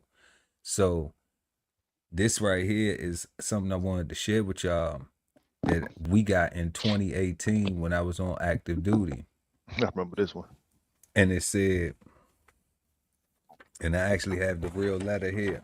Okay, I kept this because this was the first time that I was ever on active duty and we didn't get paid.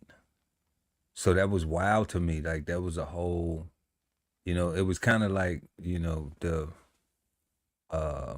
pandemic when, they was like, you can take it if you want, or you don't have to. Like, that was another like that was another like wow moment. Like, what?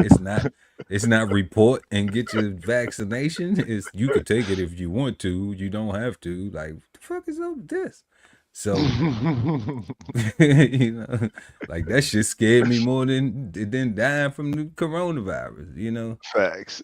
So it's this letter read, to whom is concerned, on December 2018, the United States Coast Guard shut down due to a lapse in appropriations. While all Coast Guard military members continue to report for duty in service of our country during this shutdown, they will do so without pay until an appropriation is passed by Congress. Because Coast Guard members would not receive pay during the lapse in appropriations, our members may have difficulty in a timely manner meeting their financial obligations. This lapse in appropriations is beyond our members' control and is expected to be a temporary situation. We appreciate your organization's understanding and flexibility working with Coast Guard members who request forbearance on their obligations until this situation is resolved. Coast Guard members will return to pay status as soon as possible. In the interim, they will continue to execute their duties and ensure our homeland remains secure. I hope this letter helps explains the shutdown process for Coast Guard members. I extend my personal thanks, your patience and compassion towards our members during this time when they may be negatively impacted by the lapse in appropriations, meaning why they ain't getting no damn paychecks. Okay, I went through this. Same. So and the God is going through this right now. So we not people sitting up here with opinions, with just an opinion. Okay, we people who actually have had skin in the game, who actually understand, who've been affected by these same things. So all of the insight that we are sharing with y'all, it is not to be looked down on nobody. It's not to, I want all the military people to get paid. We both want all the military people to get paid. We both want all the federal employees to get paid. We want for the United States government to act like united we stand instead of divided how they acting. Okay? Because when they do that, then this type of stuff don't happen. I don't care who's holding up the cash flow, who holding up the gravy train. It's being held up, and families are going to be affected. People are going to be affected. Americans are going to be affected. Yeah. All right. So, just want y'all to take that, not with a grain of salt, you know, but take it like a, you know, like an ounce of gold, and take that to the bank. And go and get that knowledge at www.bksoulfarm.com, that 10-16-160 self-sustainability, and get on your path, because shit is real out here, y'all. A lot of people don't even know about this shit happening in 2018. A lot of people don't even know about it. They just thinking this new thing now because everybody's aware of it now. They don't know. They don't know Player Pearl, but them Shepherd Pearl done been through this shit before. Yeah. They don't know my struggle. You know? and they don't care. You know, and they don't care, right? That's the thing. Like, 'cause even this letter, right? Because like we get these letters and they send these letters out, and we're expected to send these to our creditors and stuff like that. Mm-hmm. And that letter is begging on my behalf. That was a beg on my behalf letter too. That's why it started, to whom it may concern. Right. That's a beg on my behalf to not hold this over me. They gave us this letter to be able to send out to credit cards, mortgages, electric companies, cell phone, whoever you owe some money to at the end of the month. Everybody except for the grocery store. We can't walk up in this. You couldn't walk up in the grocery store with this shit. Hell nah. You know? But if it was somebody that you had a reoccurring payment, a utility, you know, They a could push rent, that. They could push that back. then, you know, And that's what understand what forbearance is. You know, go research the word. Go look up the definition. Not free. You know, Not you don't got to pay no more. Right. Forbearance means temporarily, and you're gonna owe it all at the end. You know, that's the definition of it. So, and that's what it means too. So, correct. It ain't, you know, they don't play around with that shit. We're gonna go ahead and jump back into this real quick. Yeah, God. To double by 2033, growth that would normally require 600,000 more workers. But the company is reportedly looking to fill those jobs with robots and automate 75% of its operations. We could do this with our robot. We could do this with our technology. That's what we're going to do. In the near future, Amazon reportedly estimates automation could help it save more than $12 billion and shave about 30 cents off each item it ships. In a statement, Amazon said the leaked documents reflect the perspective of just one team and don't represent our overall hiring strategy, adding that the company is actively hiring and plans to fill 250,000 positions for the holiday season. One of the things that we've been proud of over our 10-year history is the ability to develop robots that work well alongside people. It comes amid growing fears of technology replacing human workers.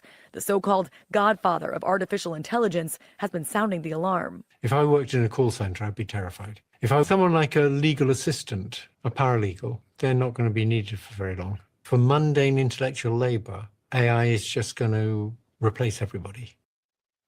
Well, Amazon has said it's busy training human workers for high-paying jobs that will include working with robotics. Yeah. So, two things, God.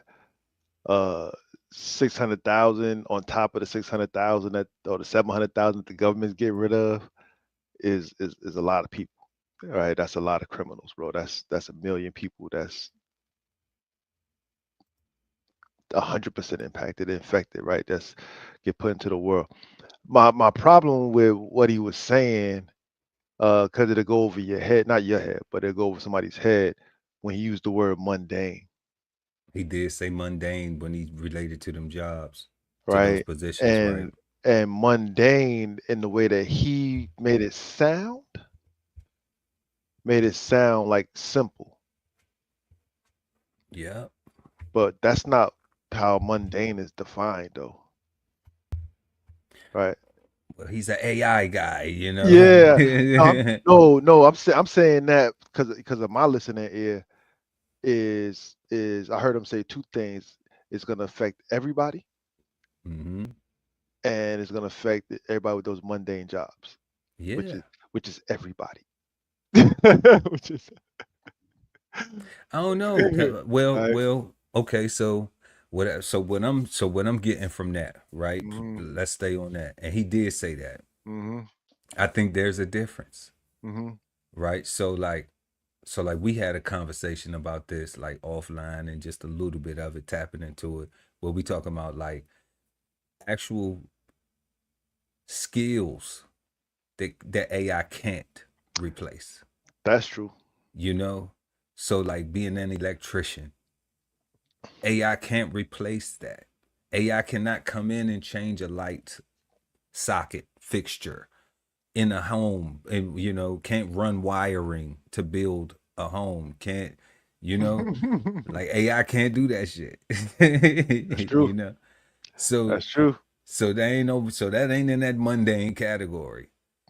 Flipping a burger, putting some fries into a bag and throwing it in, that shit gonna get replaced. Pulling the thing off of a shelf when everything got a Scantron and all the robot has to do is be programmed to read the Scantrons and pull it off and put it in, that shit gonna be replaced. You know, BJ's got the little robot where they go and they count everything on the aisles and stuff like that. I'm like, man. Exactly. If I worked, I would kick that thing over every single day. No, I would watch you. You would get out its way and let it scan. Gonna take my job in 2 years. Not because it doesn't put stuff on the shelf. It don't. Not that one. It doesn't stock the shelf. Yeah. You know, but it does scan, it does do a Inventory. constant inventory. Okay. So it doesn't stop. But you know, that's an area looking at that like, okay, well, a stocker will still be necessary, you know, unless they bring a robot in there to now stock. Unless they get the same Amazon robot to come over once that company expands, then that's something that we could probably see in the future, you know? So it's not far-fetched to think that, to tell a young person or whoever Yeah. those jobs are, like, look, don't count on being able to bag groceries your whole life working at the daggone grocery store. Like, you may be able to manage it, but that is obsolete now. Like, it's phasing out, you know? Like, you may still be able to be at the top and be a manager and do those type of things, you know? But they are looking to maximize profits. So if they can move one job out of the way and make robotics in there, they're gonna do it because it's not considering the person with the job. It's considering their bottom line. It's considering commerce. It's considering, you know, making more money and efficiency and all the other things they'll put into it to negate the human aspect of it. How does this not turn us into like I was listening to what you were saying just now, and what it made me think of, okay, so yeah, that's true. We won't need a stocker, but you might be able to manage or run the department or something like that, or run the store. But then I started thinking like everybody can't do that though. So if they got 600,000 employees, how many of those managers do they really need? Or how many of those people are really managers? Because that's ultimately the question, right? So let's say there's 100,000 of that 600,000 that are non-AIable jobs. The other 500,000 still need a solution or a plan, right? Like, and that's what I'm worried about, because the other 500,000 that are not necessarily independent thinkers, free thinkers, movers and shakers, like the 100,000 managers or supervisors and stuff like that. I'm just trying to figure out like how does, like, what's gonna happen to us? Like how does, like, I'm thinking, like, how does those people not be on welfare? Like, even though welfare is going away, like how do those people not become wards of the state is what I'm trying to figure out. I don't think that they won't. I think that there's something called a universal basic income that's going to be implemented. You think that's real, for real? Yeah, I think that's real. I mean, I remember them talking about that. Yeah. I think you have to do that. I mean, when you taking away, you would have to, right? You know, yeah, you have to. You're gonna have to do that. You're gonna have to do I just don't know how it's gonna be paid for, because when you look at, those are tax-paying jobs. You know, like regardless of the mundaneness of them, like the guy said, those people still go to work and they get taxed. So that's still revenue that gets collected by the state and the Fed automatically. And used, yeah. And used, you know, so their revenue will, you know, will decline because you have less people employed. Yeah. You know, from taxation. So That's I what mean, I'm saying. you don't have to be a Dr. Boyce to know that, you know what I'm saying? Yeah. Like, you know, and there ain't no shit. That's Dr. Boyce is the shit, man. Check him out. But you don't have to be him. You just have to be somebody who is paying attention to what's going on and know a little bit of math. Just know how to add, you know, a little bit. Have a personal budget, that you have budget discipline as well. Remember we was talking about that? You can have a budget, but then you don't have no budget discipline. So, I mean, how else? I mean, because to train them, Amazon said that they're gonna train people, but how are they doing that now? Are they saying, okay, let's transition you from this? So like, you come to work and you know, you're a fulfiller, all right? And then on this day though, you got to come to work and you got to train to level up to go to, because once the robot comes in here and take your job, we need you to be able to know how to do this. Okay. Are they doing that? I doubt it. Also, when we look at how as parents, are we pushing our children to go to the NFL, NBA, and shit like that? Or are we conscious of what's going on and saying, you know what? I want you to play a sport so you can stay healthy and have a healthy lifestyle as far as being athletic. All right. But we're not going to put all our eggs into hoping that, you know, that you go and be this, you know, 1 out of every 400,000. Damn. What we want to do is we want to say, you know what? Let's send you to robotics camp or something, because we see how the future's going, where if all of these jobs are getting taken, if by the time you get 18, 19, you can't even get a job stocking. If you was just doing that just to put yourself through med school, let's say if you in med school and you need to have a job and you need to have something flexible enough, and that's gone, or just working at Amazon, then what would it be? You would need to be able to learn how to work on robotics, like how to have some type of, and you don't need to be an engineer, you know, but you would be a type engineer, but you need to have some type of electrical skills to know how to work on the components of the robots and shit like that, because that's going to be something that's in demand. So, you know, I think a lot of people, what they doing is because they so stuck on the right now and not realizing you may fuck around and get old. You know, look at these things. Stop taking this shit where it's not serious, where like you think it don't apply to you, because it will. You know, anybody in the military right now, they always gonna pay the military. This shit is holding up, but I got paid in 2018, and I'm telling you, they always gonna pay the military. Don't get the fuck out. If you get out the military and you don't have a skill that is translative to something that is needed, okay, that's needed. They talk about truck driving and shit like that. All vocation is needed. But they get ready to automate truck driving too. That's true. Haven't you seen the AI trucks?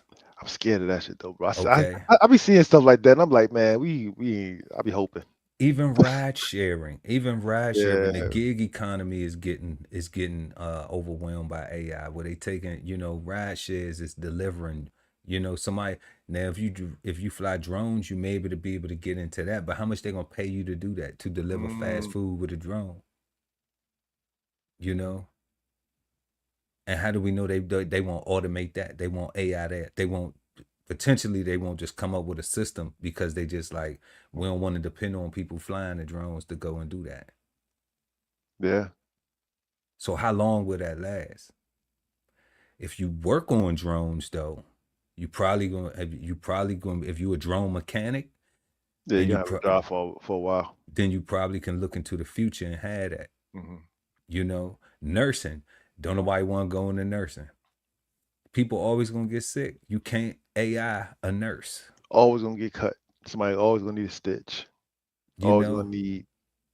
You can get assessed. You know, like they can improve the technology with the biometrics to scan you, but you still gonna need somebody to write you a diagnosis, treat you, do something. You still gonna need treatment. So you're gonna need these things. And people not thinking of that. They just thinking of, you know, trying to hit the fucking lottery and, you know, and trying to be 1 in a million and all that type of shit, you know. And that's cool, it's wishful thinking, but it's better to have something that I know I can go and eat than versus going through something, realizing, damn, I'm not gonna be able to eat with this, and now I need to go figure it out, because I put all my eggs in this basket and I don't have no other basket to eat out of. You know, yo, maybe because I got real anxiety, like those thoughts are scary to me, man. Like I cannot, like you got to always be, if you're not adapting to the environment, because I'm one of those people that say like right now is all you got, right? Like the future is important, but right now is all you got. And right now, today, they telling you that if you're not looking towards the future, you fucking up.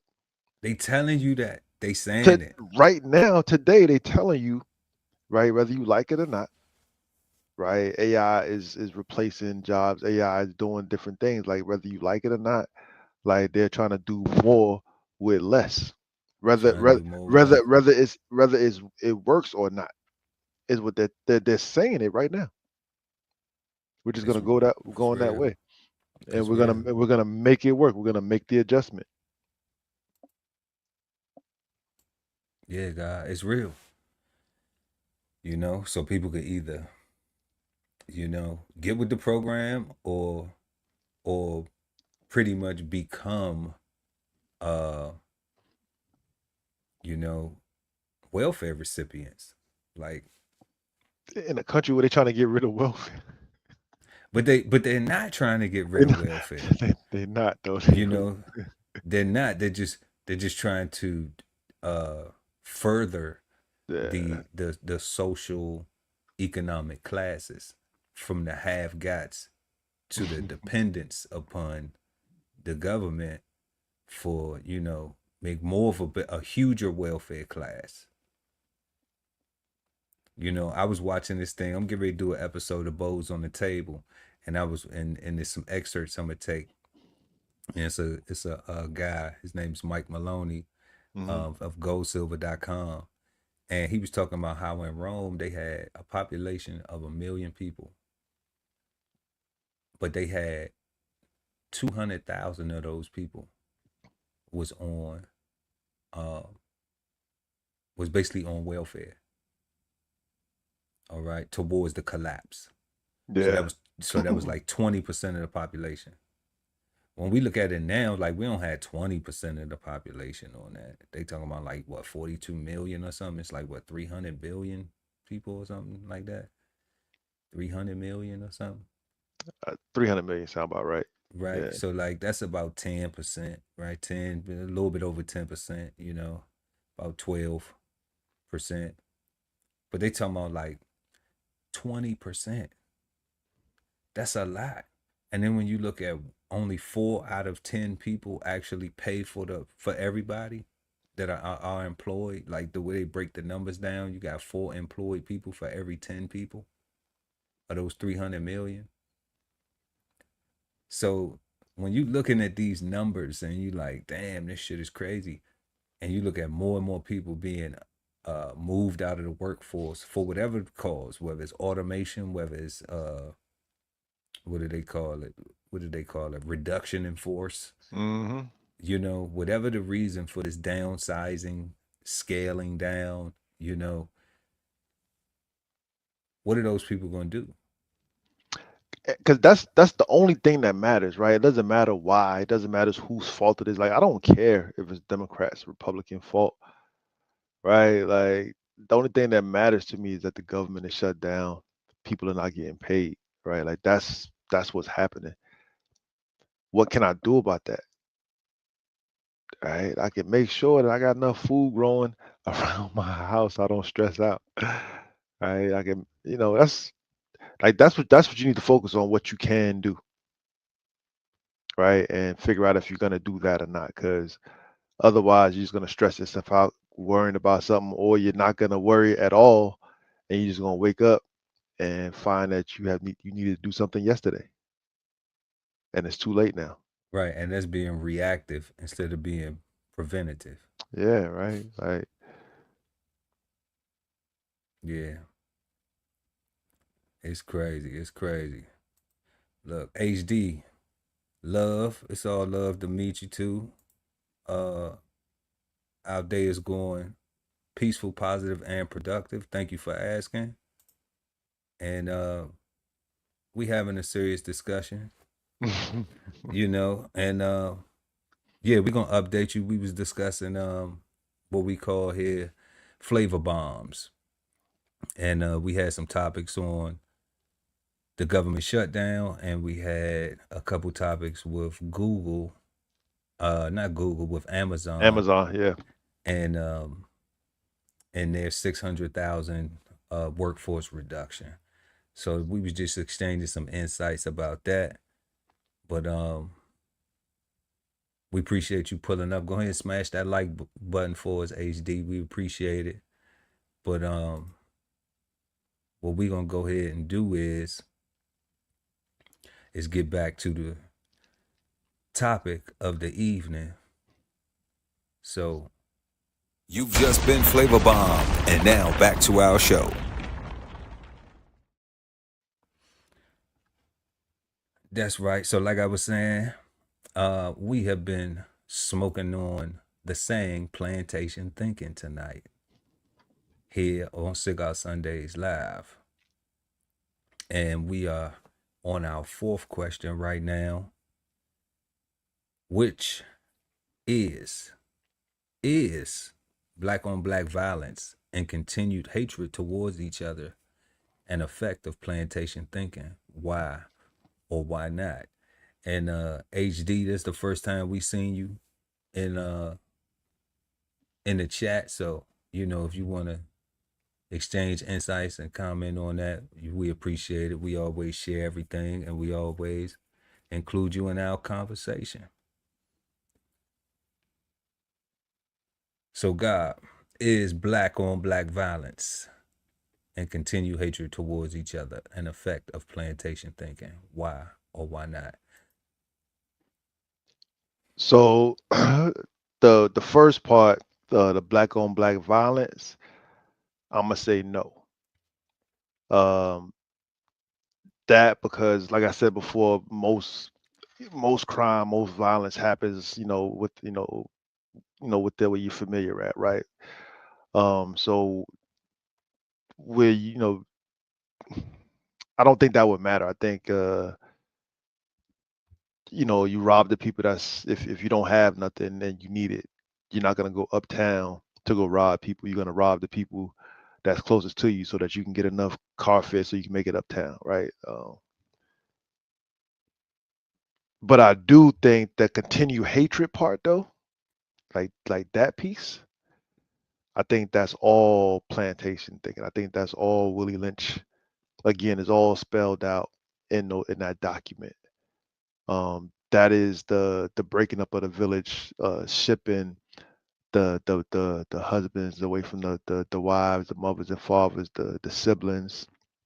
That is literally putting paper bags over people's heads and having them have relations with their mothers, right? And creating terms called motherfucker, right? Like that trauma is will make you hate yourself for what this person made you do, right? And if you hate yourself and you have a whole life experience of hating yourself, and you breed children while hating yourself, and you're teaching them while hating yourself to hate themselves also, because you can't teach them to love themselves because you don't know how to love yourself. Yeah, that's all plantation. Like that all comes from someplace, right? Again, everything in the diaspora that we have, not just here in this country, right? But once you start talking about uh, what a French was, what a Dutch was, what a British was,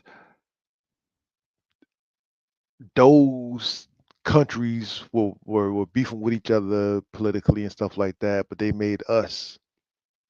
Even though the story goes, they all took us from the continent and they mixed us all up and we're all the same people, but they treat us as if we're different. So throwing that exchange, like it keeps us separate, right? It keeps us divided. It goes back to what Sizwe was saying about how we fighting over the same slave master. So I don't think, like I say, I think crime happens where you live at, like where it's convenient for you at. I think that's for everybody. But the continued hatred part though, like I saw that kind of written in the Willie Lynch letters. I kind of saw that played out with the whole civil rights movement. Again, more division, right? You got brothers and sisters that are pro, not necessarily integration, um, but I guess anti-segregation is the proper way to say it. But then you had the folks that just wanted that wanted the black man to just fight, or not even fight, to just be Muslim, right? To fight against religion and to just be Muslim, right? And because the folks couldn't agree or couldn't allow for each other to worship how they want to worship, like it just this side watch this side get beat up by dogs, this side made fun of this side getting hosed by the fire department, this side, like it's just a bunch of finger pointing, and that's all come from the plantation, right? Because I just can't accept, if we was from the same village, that because like I just can't accept that, like we don't sit in the village, that we let somebody else come over here and shit on one of us. I don't know, man. It's just we either see each other as resources for each other, or we see each other as opposition and competition for each other. And I think like the whole buck fighting, right? Like think about all that, right? Like they took two brothers for whatever reason, got them all greased up for these people entertainment, and made them fight each other. And like they had to mean it. Like they had to really mean the fight. Like I had to really punch you in the face, God. Or I had to like WWE it to make it really look like I punched you in the face, so that these guys don't whip both of us. Was a reward at the end. Somebody got, you know, like it was a Right? competition. It's a competition, right? Like Yeah, that's what I'm saying, but it really wasn't though, right? Because they was both enslaved, and they yeah, really and they wasn't competing, they was entertaining, yeah. right? But they, yeah. So like I say, crime happens where you live at, where it's convenient at. But as far as the continued hatred, I think that all came from the plantation. I think I never hated myself before somebody made it a point to tell me how black I was or how dark skinned I was. I never even thought about it before, until somebody pointed out to me that you so black, you so this, you know what I'm saying? Like I never, and those things came from the plantation. Again, that's just more of the minstrel stuff. That's just more of the, we can't let these people stand on their own 2 feet and get back to civilization status, right? We got to keep them as slaves or slave minded or whatever. Because if we let them unite, they gonna start talking that talk that we don't understand. You know. Oh, they understand it because they gave us the language.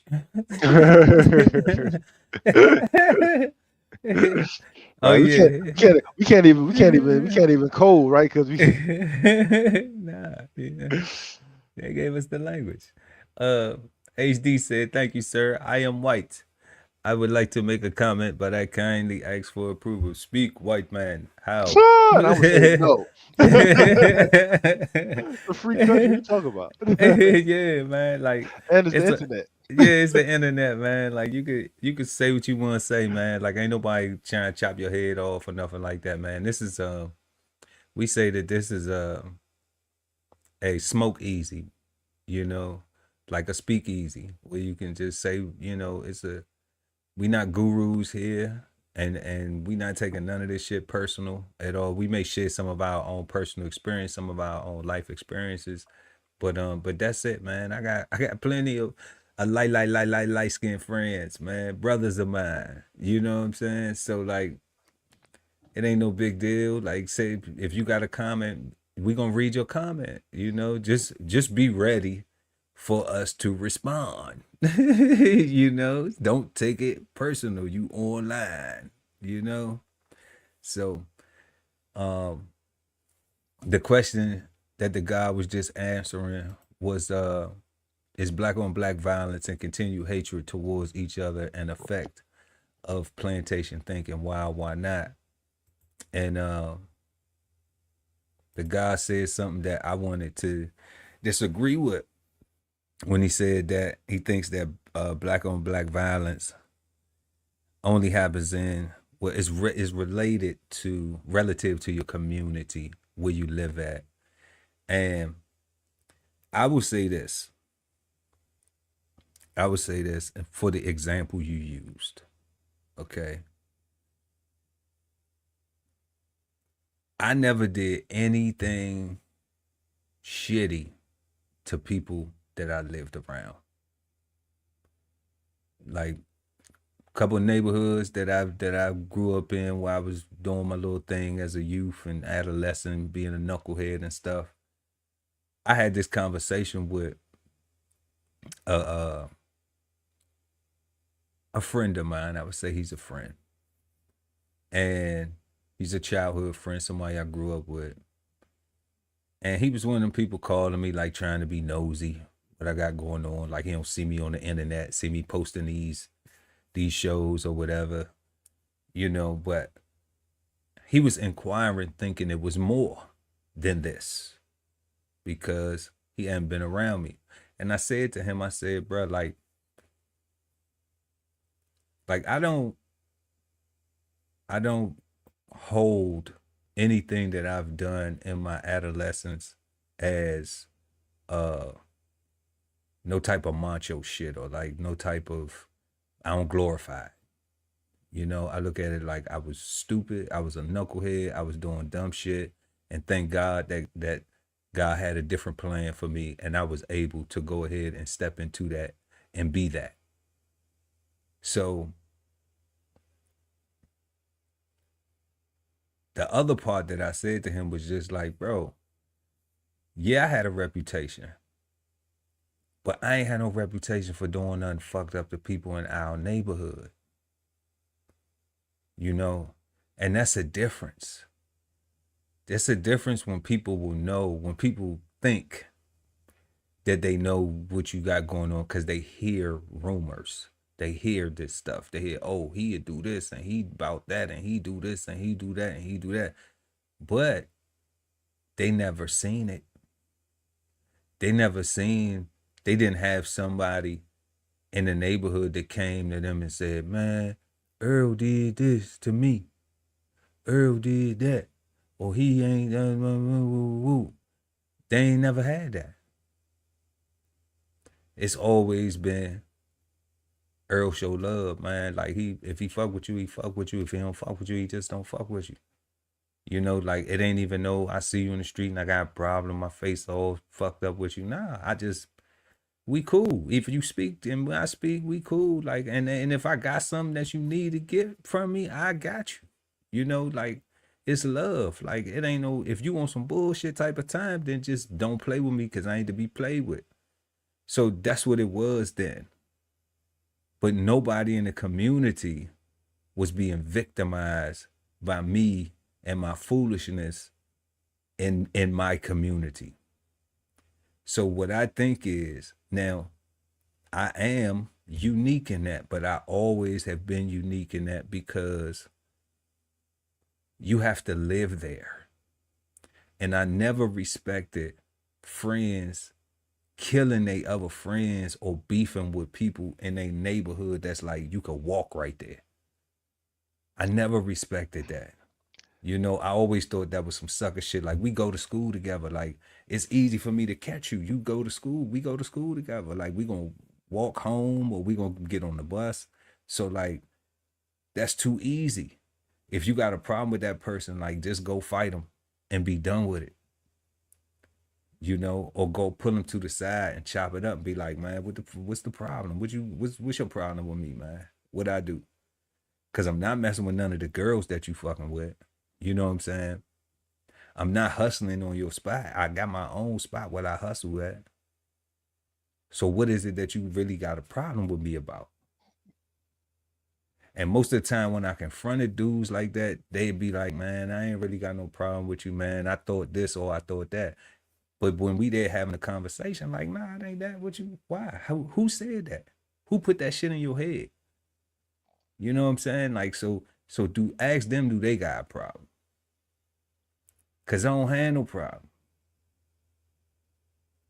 So I always been able to do that because I confront situations. And that's what I'm talking about. Like, when you say that, when we ask the question of the black on black violence, like, I know I have possibly participated in some black on black violence in my youth, but it was never in my community. I'm not talking about as a jit. I'm not talking about when we was fighting each other, when everybody was, you know, trying to get sharp. I ain't talking about that. That was young. That's 8, 9, 10, 11. You know, you trying to get sharp. You trying to, you know, learn. If somebody else came around our neighborhood, we whooped their ass and send them back around, you know. So, and we didn't jump people either, you know, like you fought people one-on-one. So that's how I came up in the environment where I was raised at. And it wasn't to harm each other like that. Like, we didn't, you know, we didn't steal each other video games and shit like that. We didn't do shit like that to each other, you know? Big facts. So, you know, so that's why I'm saying, like, when I started to do stuff, I did stuff away from my community because I knew I had to come back to the community. And you don't want people to know everything you got going on. You know, you don't want people to be all in your shit because it's nosy people in your neighborhood. You know what I'm saying? They already know what you got going on inside your house.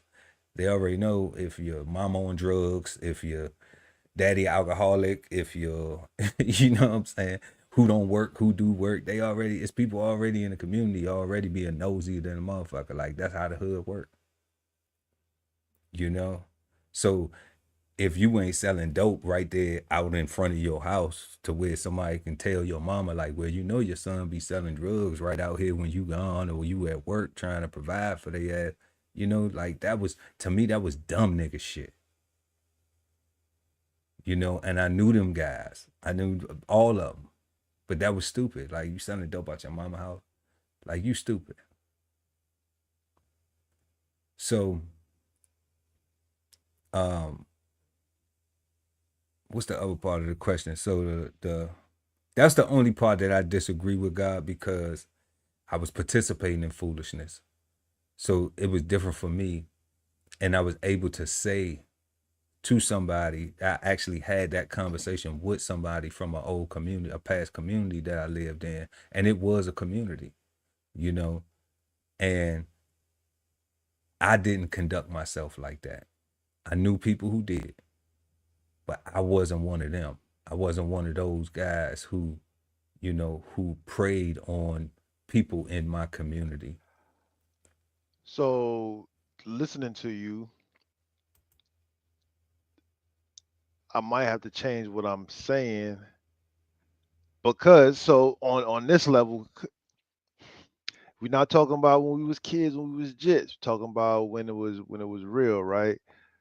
And I mean, my childhood was, you know, like, I ain't had really no childhood though, you know. yeah, so my problem is, right, for me answering this question, like, I was born in an African American neighborhood, but I moved to a Caribbean neighborhood where I grew up at, right? In that Caribbean community, I wasn't one of them, right? So on that sense, I wouldn't be considered in the neighborhood or part of that environment because I wasn't one of them, right? I was the Yankee. But on the same token, Yankee boy. but for the same token, for what I'm saying though, I saw a mad, but see, I don't know, because all I saw was black people. right? But I didn't know that this is a Jamaican, this is a Haitian, this is a Bajan, this is a Trinidadian, this is like so. I see black people, That's it. which to me they look like they're the same, Right.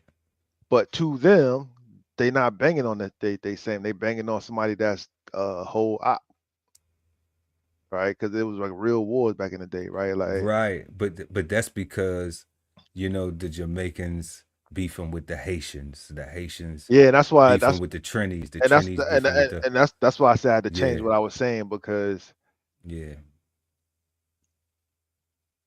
yeah. because listening to what you're saying to heart, like you didn't do nothing around where you lived at. Like that was the root growing up. Like you didn't. Yeah. Hell nah. But you did if you didn't consider those people your people, right? Like if You would. I can like, imagine a yeah, person yeah, would. Yeah. yeah. Like that's what I'm saying. Like if you didn't see those people Mm-hmm. as your people and it was all Vicks, then you would touch them. Right, because your crew is your crew. Because your crew is your crew. Yeah, I'm understanding that now. Yeah. Yeah. You know. And that was just like that's why I said as a jit, you know, like I had leadership. So, you know, I was like, nah, we ain't doing this shit over here. We go over there and do that, but we not doing this shit over here. You know? Because like we gotta respect these people, man. Like you gotta have some respect in what you doing. And I believe that's one of the reasons why I've been so fortunate because I always, you know, even when I was doing wrong shit, I still had some type of respect when I was doing the wrong shit. You know, like I mean, that kind of sound fucked up, justifying some shit, but you know, I look Nah, at it like, it makes sense, God. but I look at it like, you know, like I never was malicious, you know, like I never been a malicious person. If you did something to me, then you know I do something back to you though. You know, but I needed you to do something too. But I needed that battery first though. You know, because I always look to resolve the shit. Like, okay, you know, I always look to resolve it, and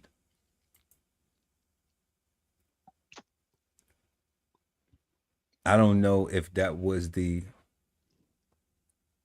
I honestly don't know if that was like, you know, of me trying to break the plantation thing with like understanding like we both doing wrong, you know. And I maybe accredit that to because Nana V had me in rites of passage programs.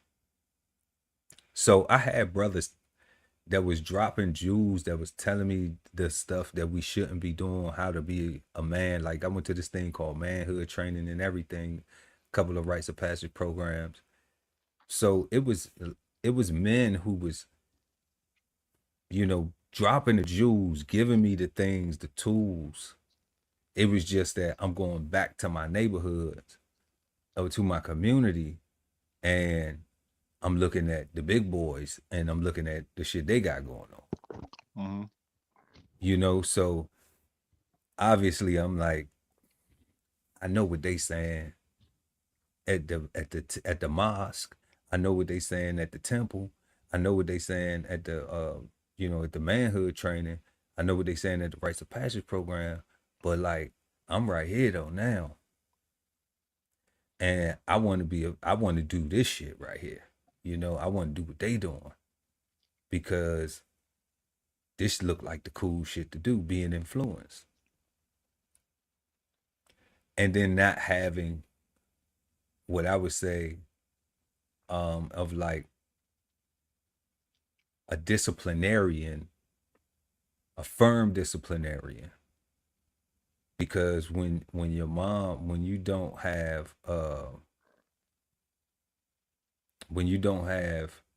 a stern disciplinarian, like it's only so much shit that your mama could say to you once you get a certain size, a certain height. Like you're not fearing getting a spanking. You're not fearing getting punished or none of that shit. Cause you like, I get my own shit anyway. Like, I don't ask you for nothing anyway. Like, for me, that was my experience. Like, I don't ask you for nothing anyway. So like, you now can't take nothing from me. You now can't discipline me with no video game, with no this, with no that, with no, I can't go do this stuff.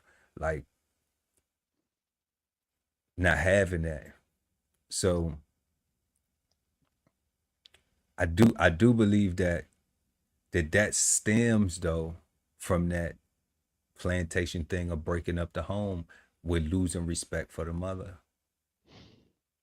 You know, because I do think that was a phase where I did. When I look back at that, now people done heard me say all this shit about, oh yeah, like I'm bragging. Nope. Slow down. To the people watching, there was a point where I lost respect for my mother being able to discipline me and listening to her guidance. And that's what that was. That was me thinking I was too grown and I know better, not appreciating the fact that she loves me unconditionally and she wants me to have the best opportunities that she's trying to provide for me. She don't always know the right words to say, but if she telling me I shouldn't be doing something, then I should be listening. So she not gonna tell me to do nothing that's gonna harm me. She's never done that. She never said, go stick your finger in that light socket. You know, she never said, you know, she might have burnt my hand to show me what fire feel like. Like, you want to play with matches and shit? You gonna burn the fucking house down? All right, give me your fucking hand. You know, don't be scared now. You want to play with matches and shit? So light a match and burn your ass. Now you know what the fuck it feel like. You know, and then you get sharp. You be like, fuck it, I'm gonna get a lighter. I ain't playing with no goddamn matches no more. I'm just gonna give me a lighter. You know, but you still not gonna be trying to, you know, light a candle underneath the covers and shit. You know, some stupid shit. So I don't know. I don't know if it's when we say the black on black violence and continued hatred towards each other. I don't know if my story correlated, but I do think that the black on black violence and continued hatred towards race is an effect of the plantation thinking. And I think you were spot on when you said that, when you talked about how the two slaves would be pitted to fight against each other, and them not realizing that they are doing the work of the slave master, and they thinking that they're gonna receive a reward by eliminating each other. And I think that black on black violence is a direct and an exact representation of plantation thinking, because we not trying to resolve our issues and say, I don't want to fight you. Let's work on what we need to work on so we can heal. Or let's just agree to go our separate ways and we deal with it like that. But we don't need no violence. We don't need no continued hatred. We don't need no animosity. We don't need no grudges. Because when we fight, then guess what? Somebody else benefits. And when we talking about relation to black on black violence, we talking about who get the benefit. The prison system get the benefit. We don't own that. If you own a funeral home, then you might be doing something, but that's the benefit. But the insurance companies and all that, we don't own that. The families that get affected, the loss of a father, the loss of an uncle, the loss of a brother, the loss of a sister, a sibling, a cousin, we don't get the benefit from that. Yep. That's all hurt. That's all other people developing hatred towards the people that took that person from them.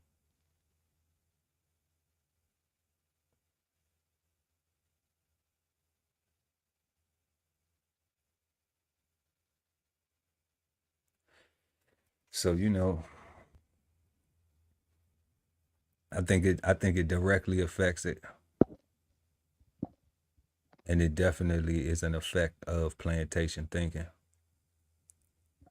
Let's see what HD was talking about. Her AD. Let's see what he got right here. It say making stupid acts lead to stupid results, but it keeps them on you, not your loved ones. I don't know what that is. Which I do apologize. I don't know how to word this. May I ask a question for my friend in the day? I say carefully. I worry for my friend's health. If I may interrupt, like, bruh, if you gonna ask the question, put it in the chat. You know, we already rocking with you. We already gave you the floor, HD, man. You know what I'm saying? Like, put it in the chat. We gonna get to you. You know what I'm saying? But you don't come before the show, though, family. You know, but we gonna rock with you, though. We gonna work you in. You know, smash that like button, though. All right. Crazy this. Yeah, you know, entitledness. Come on now. Then you see what they doing with SNAP benefits and shit. Ain't nobody. You better go check your entitlements, family. So our fifth and final question tonight, last but never least, can plantation thinking exist without racism? Can plantation thinking exist without racism?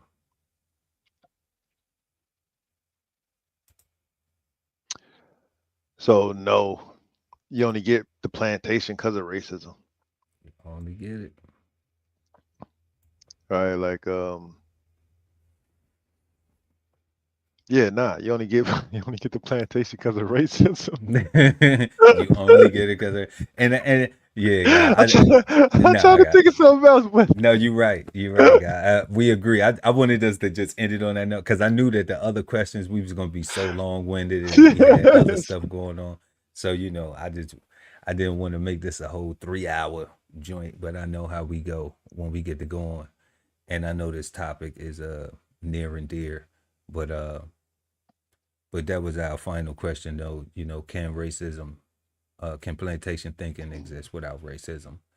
And I absolutely agree with you. No, you know, whether it's black on black racism, you know, or whether it's just racism, period, from its inception of what it is against, you know, the inferiority whole dynamic, white against black, you know. So, yeah, like we gotta do better, people. We really do. You know, we really gotta start thinking about our actions sometimes, and even if we make a bad action, then it don't hurt to apologize. It don't hurt to acknowledge yourself, because that's the only way you're gonna improve. Like, even if you're trying to build something and you cut wrong or something, or you trying to write a paper and you know you type in the wrong thing, like it's still a correction. You still have to acknowledge to yourself, like, oh damn, I messed up. I gotta correct it. You know, so these when apologies, when corrections, when accountability can become the norm, you know, then these are things that's helping us break the cycle of plantation thinking. When black on black violence is not the first thing we think. When hatred is not the first thing we think. When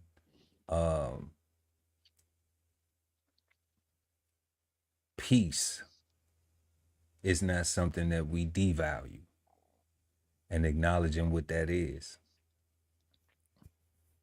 then I think that we'll be on a path to some better thinking. You know, I don't know what we're gonna call it now. I'm gonna call it better thinking tonight, but by the time we get done with this, you know, this conversation, this smoke, you know, we're gonna have our thoughts together a lot better. But yeah, y'all. Tonight we have been smoking on plantation thinking. And our questions tonight were, what do you think of when you hear the saying plantation thinking? In what ways have you experienced or exemplified plantation thinking, and what was your outcome? What is the connection between plantation thinking and Black people's inability to come together for a nationwide common goal? Is Black on Black violence and continued hatred towards each other an effect of plantation thinking? Whether you think yes or no, tell us why or why not in the comment section below. And can plantation thinking exist without racism? And the Cigarden Panel unanimously agreed that plantation thinking cannot exist without racism, because it is a direct, what do you call it? A direct correlation, a direct, what's the other word though? It's one more word, God, help me out here. Result. Yeah. It's a result of the plantation, you know? So that's all we got right there for part 1 of Plantation Thinking. I am Chef Earl Pearl at DBCHEFTV, always with the guy Ali Dawood El at BK Soul Farm, and we are the Cigarden Panel, and we want y'all to have a peaceful, positive, and productive start to your weekend. And don't forget, links are in the description for everybody. We praying for everybody that's going through something that, you know, with these shutdowns and all of this stuff. So y'all just, you know, keep it together. Think first. Be resourceful. You know, we're going to play this, the very first commercial that we play when we end this live tonight. Y'all make sure that y'all go back and y'all repeat it. The link is in the description. Y'all can go right there. The link is in the description, and go get 1016 160 self-sustainability, 1016 160 self-sustainability by the guy Ali Dawood El at BK Soul Farm. Go get it, okay? Because these times that we in now, you gonna need a bucket in the corner. You're gonna need a bag of potatoes underneath the zinc. You're gonna need something.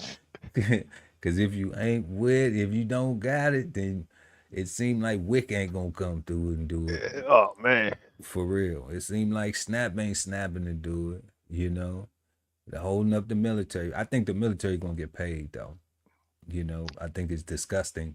It's that we disgusting, going through this, God. It's you know, disgusting. But I thought it was disgusting when I had to go through it. You know, so but the sentiment has not changed. There's too many families that are depending on these finances, and too many good men and women making sacrifices for our country out there, and they should not have to have this as a stress while they are conducting the business of keeping America safe. You know, so that's my little 2 cents on it.